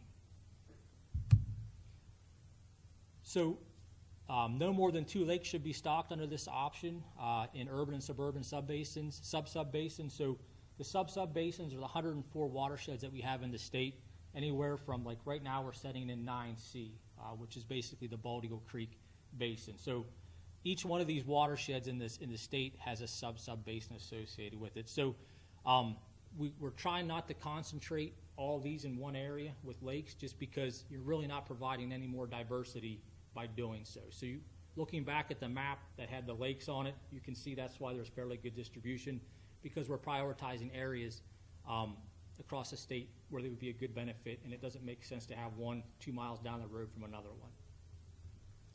Stocking must be a sufficient size to create a recreational fishery. It doesn't do anybody any good if we go and just dump a couple hundred fish, in an impoundment that's 400 acres. I mean, what do you benefit from that? There's very little benefit. So we want to make sure that we're stocking these at a rate that's sufficient to create a recreational fishery. So streams and rivers, emphasis is placed on the following resource categories: high yield, often yield to urban areas, and DH areas, delayed harvest areas. And really, when you look at how our resource categories are structured, these are the waters that typically tend to have multiple in-season stockings. By and large, most of our waters that we stock are only eligible for a pre-season stocking and a single in-season stocking. So again, you're looking at how are we going to put fish out there in a time where anglers are going to use them. So if a water is only eligible for one in-season stocking, those waters are stocked shortly after opening day. That's when the use is there. It makes little sense for us to stock a water in the preseason and come back 6 months later with a fall planting. The use is just not there. So really, that's why you see a lot of waters not included in the fall program, because most of our waters are only eligible for a single in-season stocking. These, however, the high-yield waters and the optimum yield 2 urban waters and the DH waters are eligible for multiple in-season stockings based off of their use. So that's where we see, a stream that's stocked pre-season receives a single in-season planting during the spring, and there's still some allocation left over that they can receive a fall planting. So that really explains, we have a little over, 1,050 sections, but only 37 of them actually fall into this fall program. And a lot of that is driven by its resource category and the fact that most waters are not eligible to receive multiple in-season plantings. Again, stocking must be a sufficient size to create a fishery. That's the whole goal of the stock trout program, is to provide recreational fisheries where they otherwise wouldn't exist. So that's key. We want to make sure that we're stocking streams at a rate that are going to benefit the anglers. So within the last decade, really, there has been significant changes to our fall stock trout program. Specifically, a lot of waters have been removed. I think in 2012, prior to our latest round of cuts, there was roughly about 95 stream sections that received a fall stocking. Right now, as I mentioned before, we're setting at 37. And really, what drove to make those decisions, it's really two things. There were statewide reductions in adult trout production. We had the closure of a state fish hatchery, substantial blow to production levels. We had more stringent effluent that we were sticking to. And then the last thing was when we decided to raise larger but fewer fish. So production dropped as a result of that. We decided that, and based off the information we received through our krill surveys, individuals and anglers wanted to see bigger fish but fewer fish. So for those three reasons, our production dropped. At one point, we were raising nearly 5.2 million trout. Now we're about 3.2 million trout. So substantial changes in our hatchery operations has led to the removal of a lot of these waters. In addition to those reductions, AFM's area fisheries managers examined the cost benefit of all stock trout waters in their area. Looking at the amount of production that has been cut, again, we're trying to stock fish when they're going to be used. So AFMs went out and assessed the waters in their area, and a determination was made whether or not it should be continued in the fall program based off of the number of fish it was receiving and the amount of use it was getting. So waters were removed from the fall stock program to maintain the spring allocation. So eliminating a fall stocking allowed us to stock additional fish during that peak period of time during the spring time. I think that's the last slide I have on the fall stock or the fall program. Thank you, David. Any questions? No, I think it was a good presentation. I mean, I think it's it'd be helpful if we get that down to a couple sound bites. I mean, it's the utility of the fish just isn't there in most cases in the fall to do those fall stockings. I think that would, a lot of people would understand that. Yeah, certainly we can pull together a little fact sheet or something like that about the fall program. And if we get questions in regards to where we as commissioners should work with our area fishery managers to point some of these things out. Yeah, absolutely. And as I mentioned before, we're looking, it's not that we don't want to add waters to this program.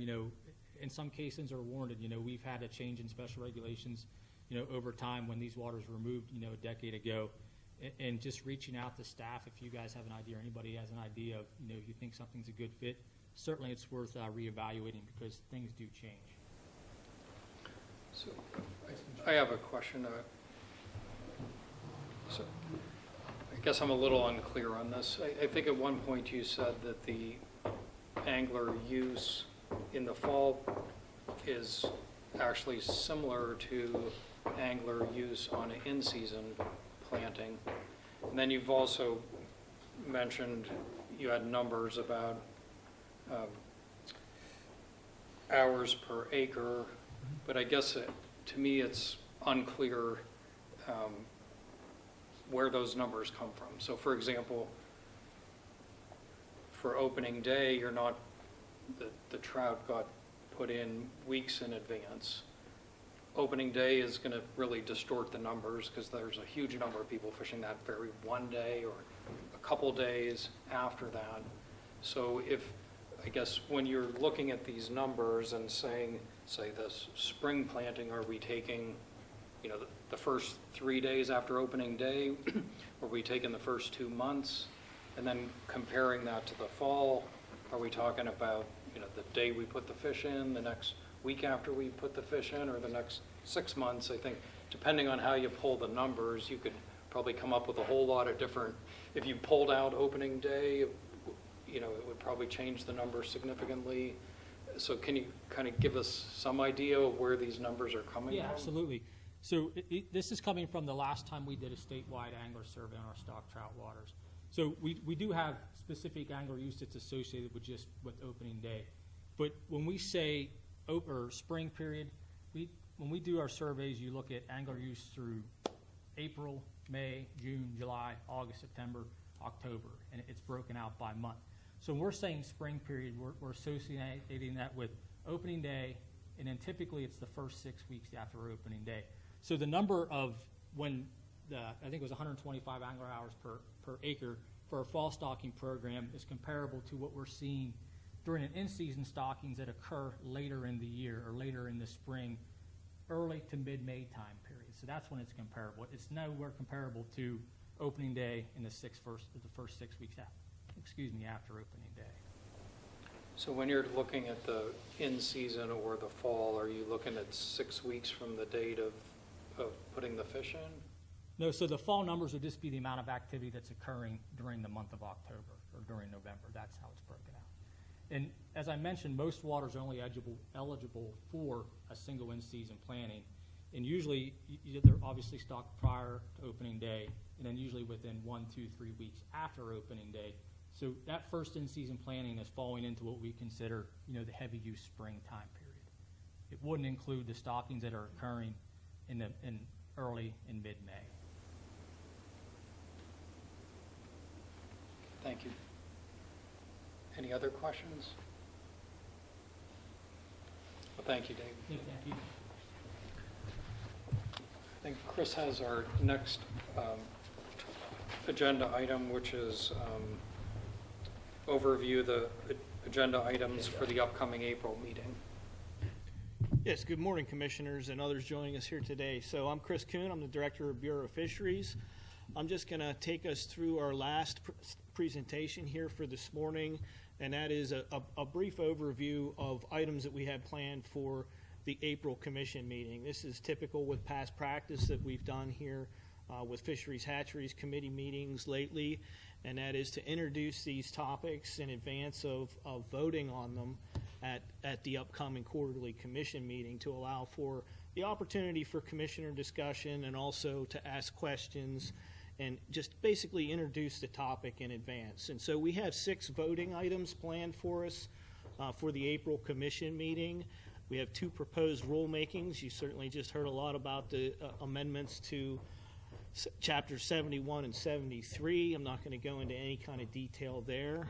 We have another proposed rulemaking planned, and that is amendments to the American shad fishery in the Delaware Basin, basically a creel limit reduction. We also have 3 designations planned, our standard proposed changes to the list of Class A wild trout streams, as well as the classification of wild trout streams. We have some additions on keyed up for the April meeting. We also have a removal of a delayed harvest area in Pike County on Dingman's Creek. And finally, we have under other matters, that is proposed exemptions under 57.8A, which is Class A wild trout streams, to allow for the continued stocking of some of those. And I'm going to get into a high-level overview of each of these items and then allow for opportunity for questions or discussions in the end. As I mentioned, this first one we spent the bulk of the morning on, so I'm not really going to get into any kind of detail here, just wanted to mention it. It is planned for the April Commission meeting to bring before the board for proposed rulemaking. And essentially, if it's adopted on final rulemaking, it would go into effect on January 1st of 2023. So next up, we have proposed rulemaking for it's code section 61.2. That is the Delaware River, West Branch Delaware River, and river estuary to address the American shad fishery. And so this is basically a reaction to an assessment done by the Atlantic States Marine Fisheries Commission, which is done routinely to assess the stock of certain fish species. In this case, it's American shad, which the most recent assessment showed that the American shad in the Delaware Basin are sustaining or have unsustainable mortality. And basically what that means is whether it be commercial or recreational or natural mortality, the mortality that is being inflicted onto this stock is something that would preclude stock rebuilding. So it's currently at a low level, and Pennsylvania Fish and Boat Commissions is a member of two entities that are responsible for the management of American shad. One is the Atlantic States Marine Fisheries Commission, and the other, specific to the Delaware, is the Delaware River Basin Fish and Wildlife Management Cooperative, and that includes New York, Pennsylvania, New Jersey, and Delaware for the state entities. We also have the U.S. Fish and Wildlife Service and the National Marine Fisheries Service on that cooperative as well. And in recent discussions, in order to work towards stock rebuilding, all the member states have agreed to a 33% reduction in both commercial and recreational fisheries. In Pennsylvania, we don't have any commercial fisheries for American shad. However, we do have a very popular recreational fishery. And our current krill limit is 3 fish per day year-round. We're going to be proposing to reduce that, as it says there, 33%, so to 2 fish year-round. I will note that in some discussions in advance of the policy committee for the co-op making this decision, we reached out to some organizations, the Delaware River Shad Fishermen's Association, and also some organizers of some very popular tournaments to get their feedback on this potential krill reduction, and all parties contacted indicated that this reduction would be acceptable. So we plan to bring this before the board in April to recommend that the commission approve a notice of proposed rulemaking to solicit public comments on this, and if approved on final rulemaking, it would go into effect on January 1 of 2023. I should also note that the states of New York and New Jersey also have a 3-fish krill limit, and they would be seeking to enact a similar reduction, so they would continue to align with Pennsylvania's krill limit here if this is passed. Next up, we have our standard proposed changes to the list of Class A wild trout streams. A notice of proposed rulemaking was published on February 12th, and the public comment period closed on March 14th. We're still compiling those public comments, but as with past practice, those comments will be provided to the commissioners in advance of the April commission meeting.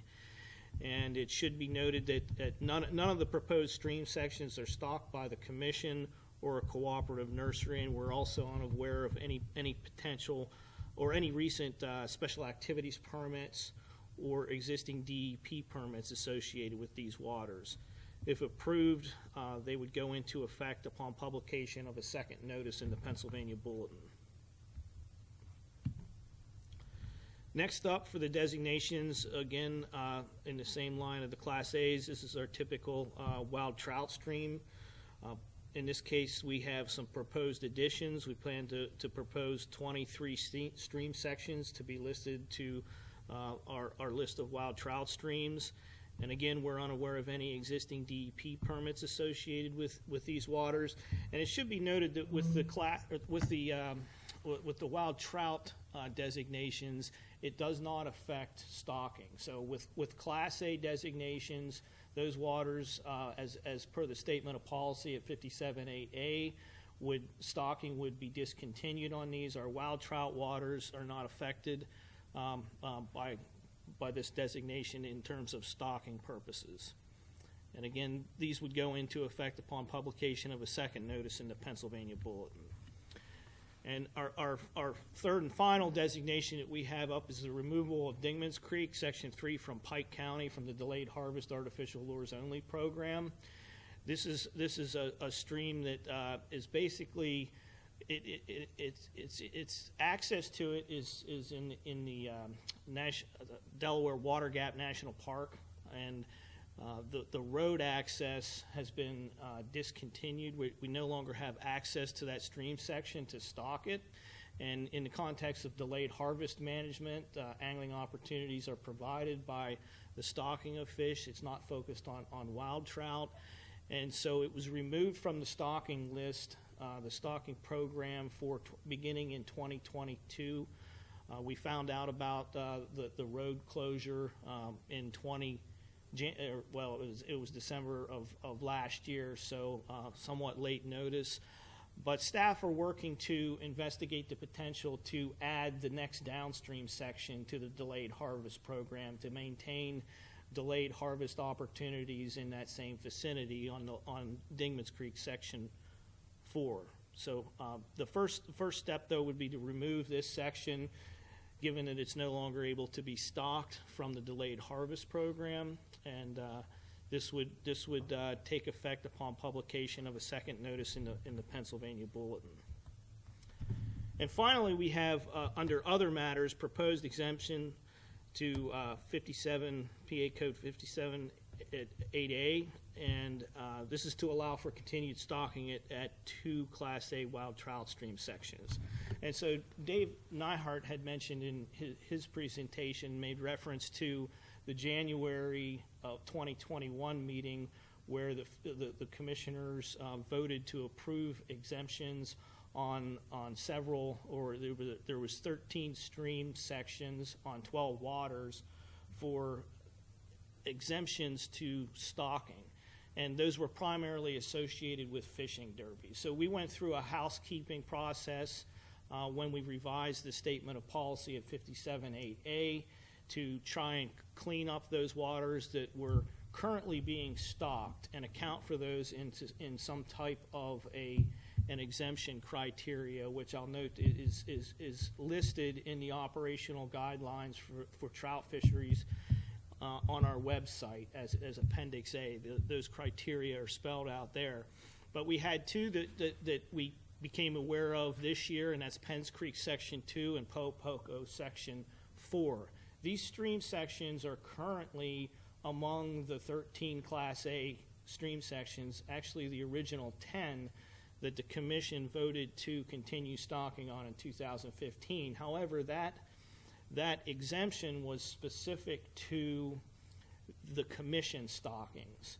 We have private entities stocking Penns Creek Section 2 through approved special activities permit, and also a private entity is stocking Poco, not through a special activities permit, but basically demonstrates a past history of stocking there, which meets some of our new criteria that was added to the exemption list in January of 2021.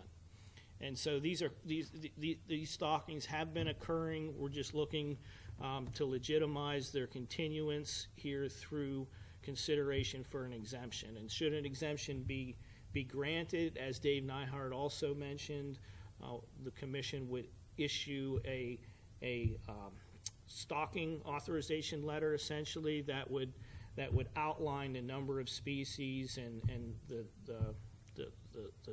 where they would actually be permitted to be stocked and when. So with that, I can take any questions on those items. And again, this is purely discussional. It allows us the opportunity to introduce the topic to commissioners, but we'll come back with some more detailed presentations in April on each of these items.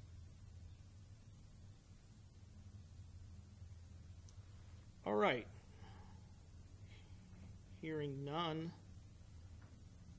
I'll go ahead and advance on to the next item on our agenda. And I'll turn it over to Dan if you want to introduce that, or if you'd like me to just mention a couple things, I could do that. So this is added to the agenda just to discuss additional protections regarding wild trout. We don't have a formal staff presentation for this, but I would turn it over to Commissioner Charlesworth if he wants to introduce this topic and start the discussion on this. Yeah, once again, I come before the committee and want to emphasize that the cost of a wild trout stream, or a Class A wild trout stream, is virtually nothing. But yet they're one of the most valuable assets that we have. At the last meeting, John's predecessor here, Rocco Ally, had mentioned that, you know, we have to compromise, and we have to share in ideas to make things work. And I look at it when we're talking about Class A wild trout, what ways can you use to protect them? And, you know, habitat's very important. Water quality is very important. And we have to consider with the global warming or climate change that there's going to be some elevations of temperatures in these waters, and how resistant the trout are going to be to it, if they can. And so I look at other ideas, and hopefully you gentlemen have other ideas. I look at things like a slot limit, or a reduced creel limit, or catch and release. You know, I look at a compromise, and I hope you guys will come up with some kind of ideas. But, you know, I thought as a compromise, perhaps we allow each commissioner to pick a stream and make that stream catch and release, and then have the staff over the next few years log what changes there are because of the changes. And, you know, different things like the size difference, or the, you know, the pound per hectare, anything like that. So I want to open this up to discussion on what you guys think about it.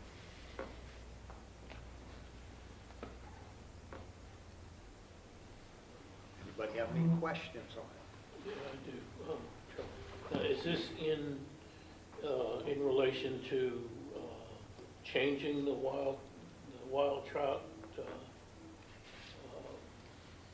regulations, or allowing stalking on, what's the end game, in other words? The end game is just to protect the population that we do have.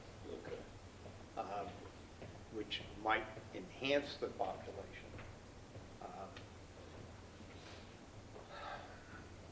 But I, like I said, I look at wild trout as being the most precious gem that we have in this organization. I think the second most important is stocking, but, you know, we have stocking policies and they work. And, you know, I come from a county that never had a wild trout stream. So stocking was the only thing that we could use so that we'd have a population to fish from. But as far as urban encroachment, reduction in water quality, we have,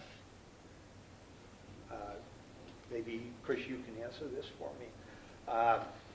The native population of brook trout has reduced by five times what it was? I think it's relative depending on where you're looking. I mean, in Pennsylvania, we've seen reductions on a stream-specific basis in some areas. We've also seen increases in some areas, so it varies. Okay. But also, I'm talking about the overall coverage on a map of areas that had brook trout before and no longer have brook trout. There's certainly reductions from that, depending on how far back in time you go. So there's no guarantee that they're going to last forever. And we have to do as an agency everything we can do to protect them because they don't cost us anything. Yeah, I mean, Charlie, I would say in the vast majority of cases, I agree 100%. I mean, while I do think there needs to be exemptions to keep the program alive and to avoid falling into holes that maybe we can't get out, I do think we should be, and Tim and I have talked about this a lot, doing something more, or at least more visible, and I think it is both. I think it's some sort of reduction in creel limits and habitat improvements, and then being able to go back and see the impact. But I definitely, would support more discussion on that and bringing staff in and getting the right recommendation to do it. I mean, I worry for a couple of reasons. I think there's a perception problem, particularly when you have a stream that was stocked, becomes Class A, it's no longer stocked, and the creel limit doesn't come down. I think the public just feels there's no fish. So I think the slot limit would work. I'm probably less worried about the wild trout streams that aren't stocked, because obviously if they Class A, they haven't been hit. They haven't been hit that hard. Again, I mean, I think there's times we need to make exceptions, and people have heard me talk about that, but in most cases, I agree. I would disagree a little bit, Charlie, on one of your thoughts, and Bill mentioned the word habitat. Habitat does cost. There's a cost, and I think that's one of the primary things we need to focus on is our habitat to protect them. And with our agency, that's something that we really need to work on. And there is a cost to keeping the habitat the way it is, and that is, the key as much as anything. But, we know our staff already has tools in the toolbox, slot limit kinds of things, and I agree with Bill, maybe looking at some reduced creel limits might be something that we want to discuss and to look at that. But habitat, there's a cost to habitat, and, that's the key to everything. Well, the reason I said that was I looked at previous amount of effort we put in habitat, and it has been reduced so much over the years. How many habitat specialists do we have now? We've actually ramped that way back up. So we were really down. Kris, I mean, if you could talk about even just what we've added in the last 2 years. Yeah, certainly through the EPA Chesapeake Bay funds, we've added a new dedicated unit that approaches habitat improvement projects specifically within the Chesapeake Bay, but we've increased our capacity to do that by more than double. And so in the past, we've had limited staff that were working on a statewide basis. We now have more staff capacity and more resources to be able to focus in on the Chesapeake Bay watershed, which is a huge watershed, obviously, in Pennsylvania. And I can add, we've got Tyler Neiman. We've refilled that Habitat Division Chief. Tyler's doing a great job prioritizing projects, attracting resources. Dave DePold, who's our new fish passage biologist. I think you have to put the fish passage piece into the habitat work with culvert designs. We've got our WCOs more engaged than ever, and quality assurance boards, local conservation districts. So I agree with Charlie. And Rick, that's where, it's habitat's where it's at, and we're investing heavily in that. I'm sorry, Bill. Well, the question I have is, the Class A's are as you acknowledge, the best of the best. They have achieved Class A status, I guess, in spite of the current regulation. So, Kris, do we have any evidence of a Class A losing a Class A classification because of overharvest? No, we don't have specific information on removal or reduction of a Class A population specific to harvest. So oftentimes, if a Class A is drastically reduced, it has to do with water quality or pollution incident. Okay. Typically, what we find in our Class A and wild trout waters in general is that the angler use and harvest on those stream sections is very low, to the point that it's not significantly impacting the overall population age and size structure.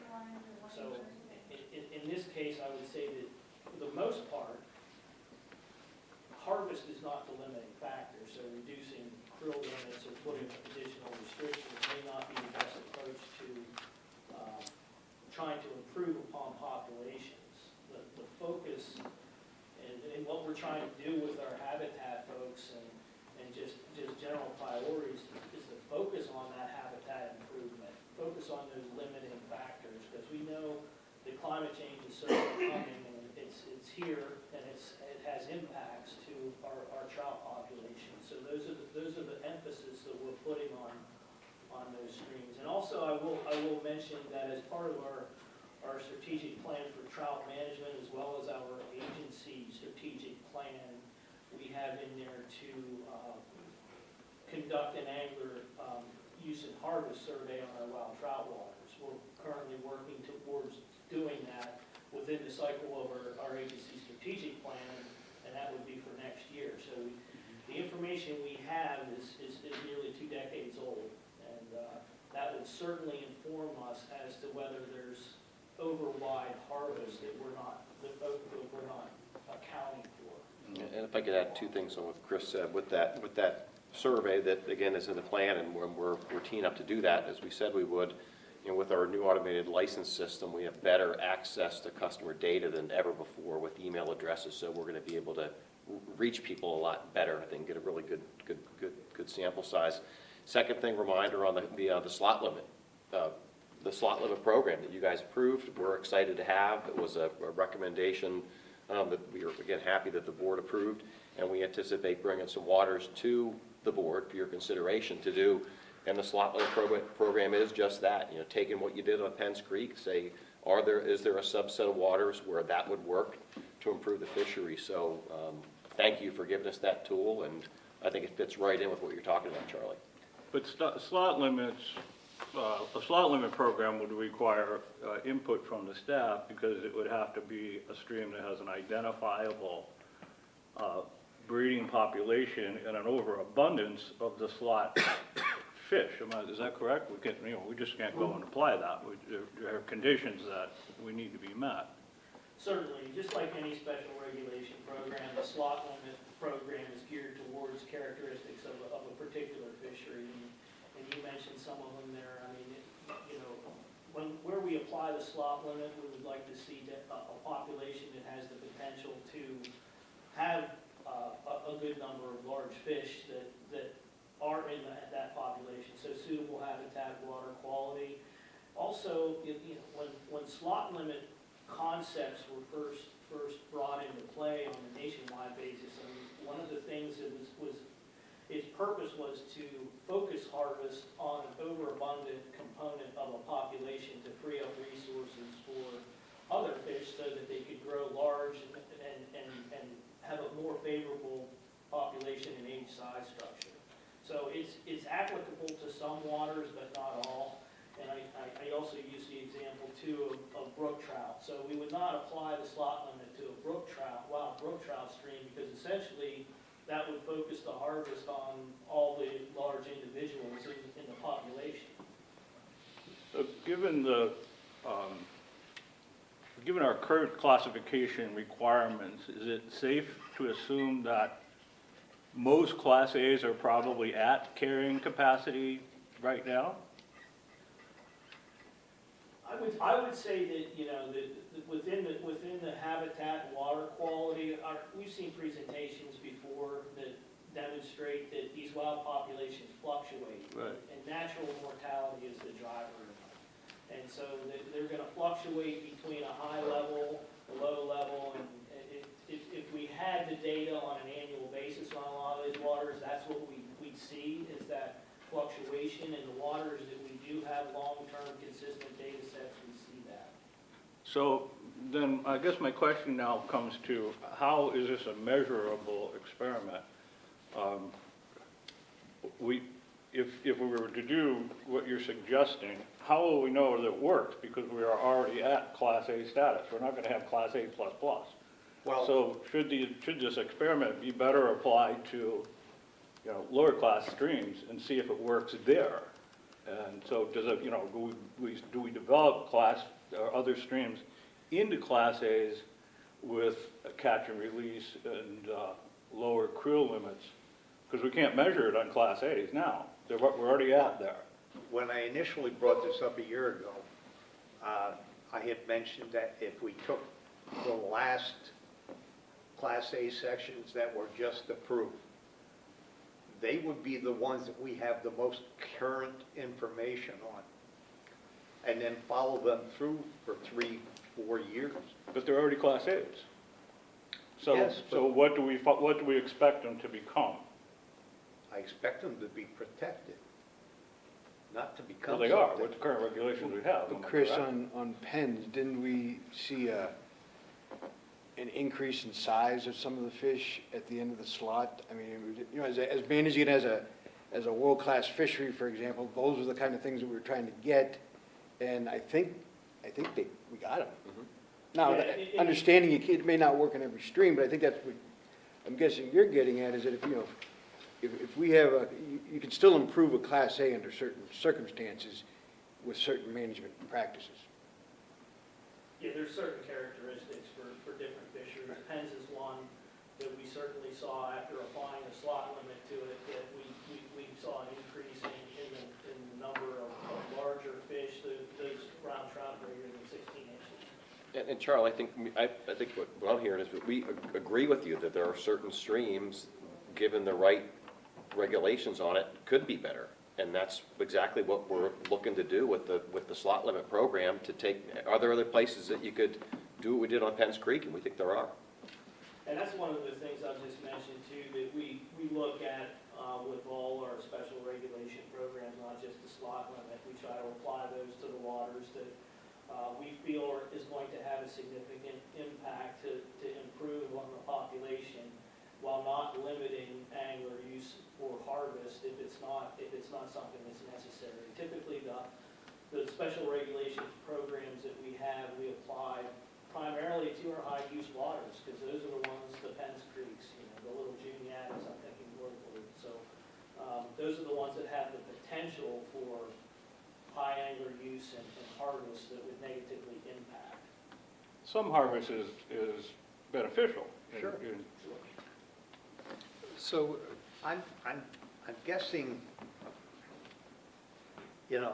by saying using the Class A's as an example, my premise is protecting wild trout, and therefore doesn't necessarily have to be a Class A. I just use that as an example of where we could bring compromise.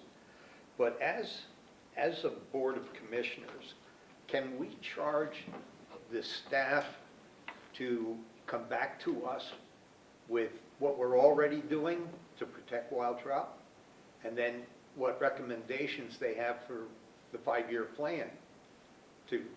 Because I don't know.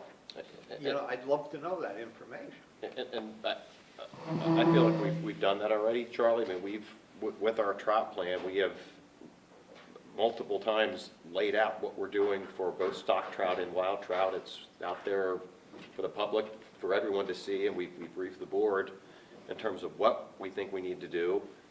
We've got recommendations that are in the trout plan as well, so we could do that again, but it's all there in the trout plan, and you'll be hearing that with the slot limit recommendations coming up here real Well, soon. I had no idea, to my knowledge, we had 2 habitat specialists across the entire state, and now you're saying that we have substantially more habitat staff? And I just talked to Donnie Anderson last week about having a Habitat and Environmental Committee, and I think this could be a great presentation there, bringing the full board up to speed about what our current staff resources are. I think it's also important to point out not only what we're doing, but what our partners are doing. I mean, we do a ton of habitat work, but we do it with, like I said, county conservation districts, Trout Unlimited chapters. We couldn't do half of what we did without them. So, sure, we'd be happy to give you the full board an overview of where we are with habitat. I think you'll be really happy with what you see. I'd appreciate that. You bet.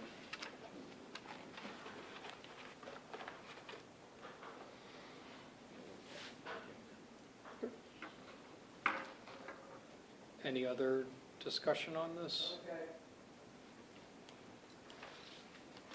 I'd just like to say for the record, and I know I'm just echoing what Tim said, to thank Bob and Wayne and everybody that put all the time to the revision for the reauthorization.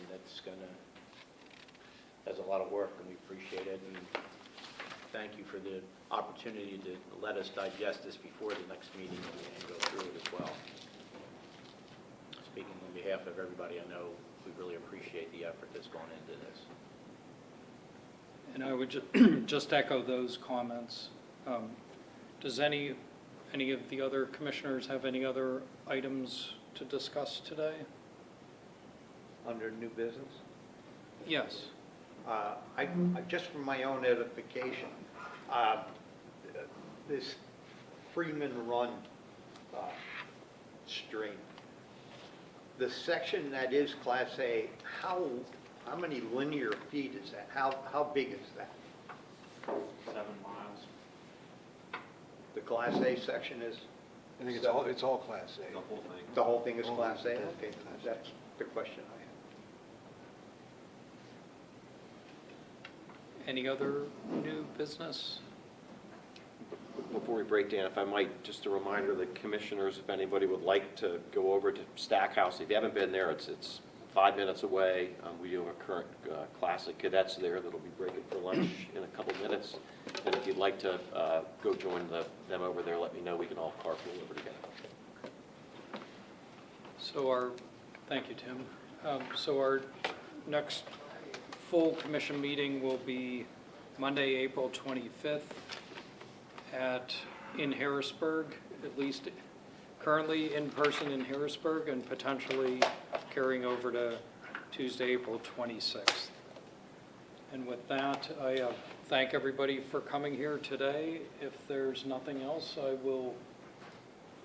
don't think we need a motion. I will close this meeting at a 12:15. Thank you very much.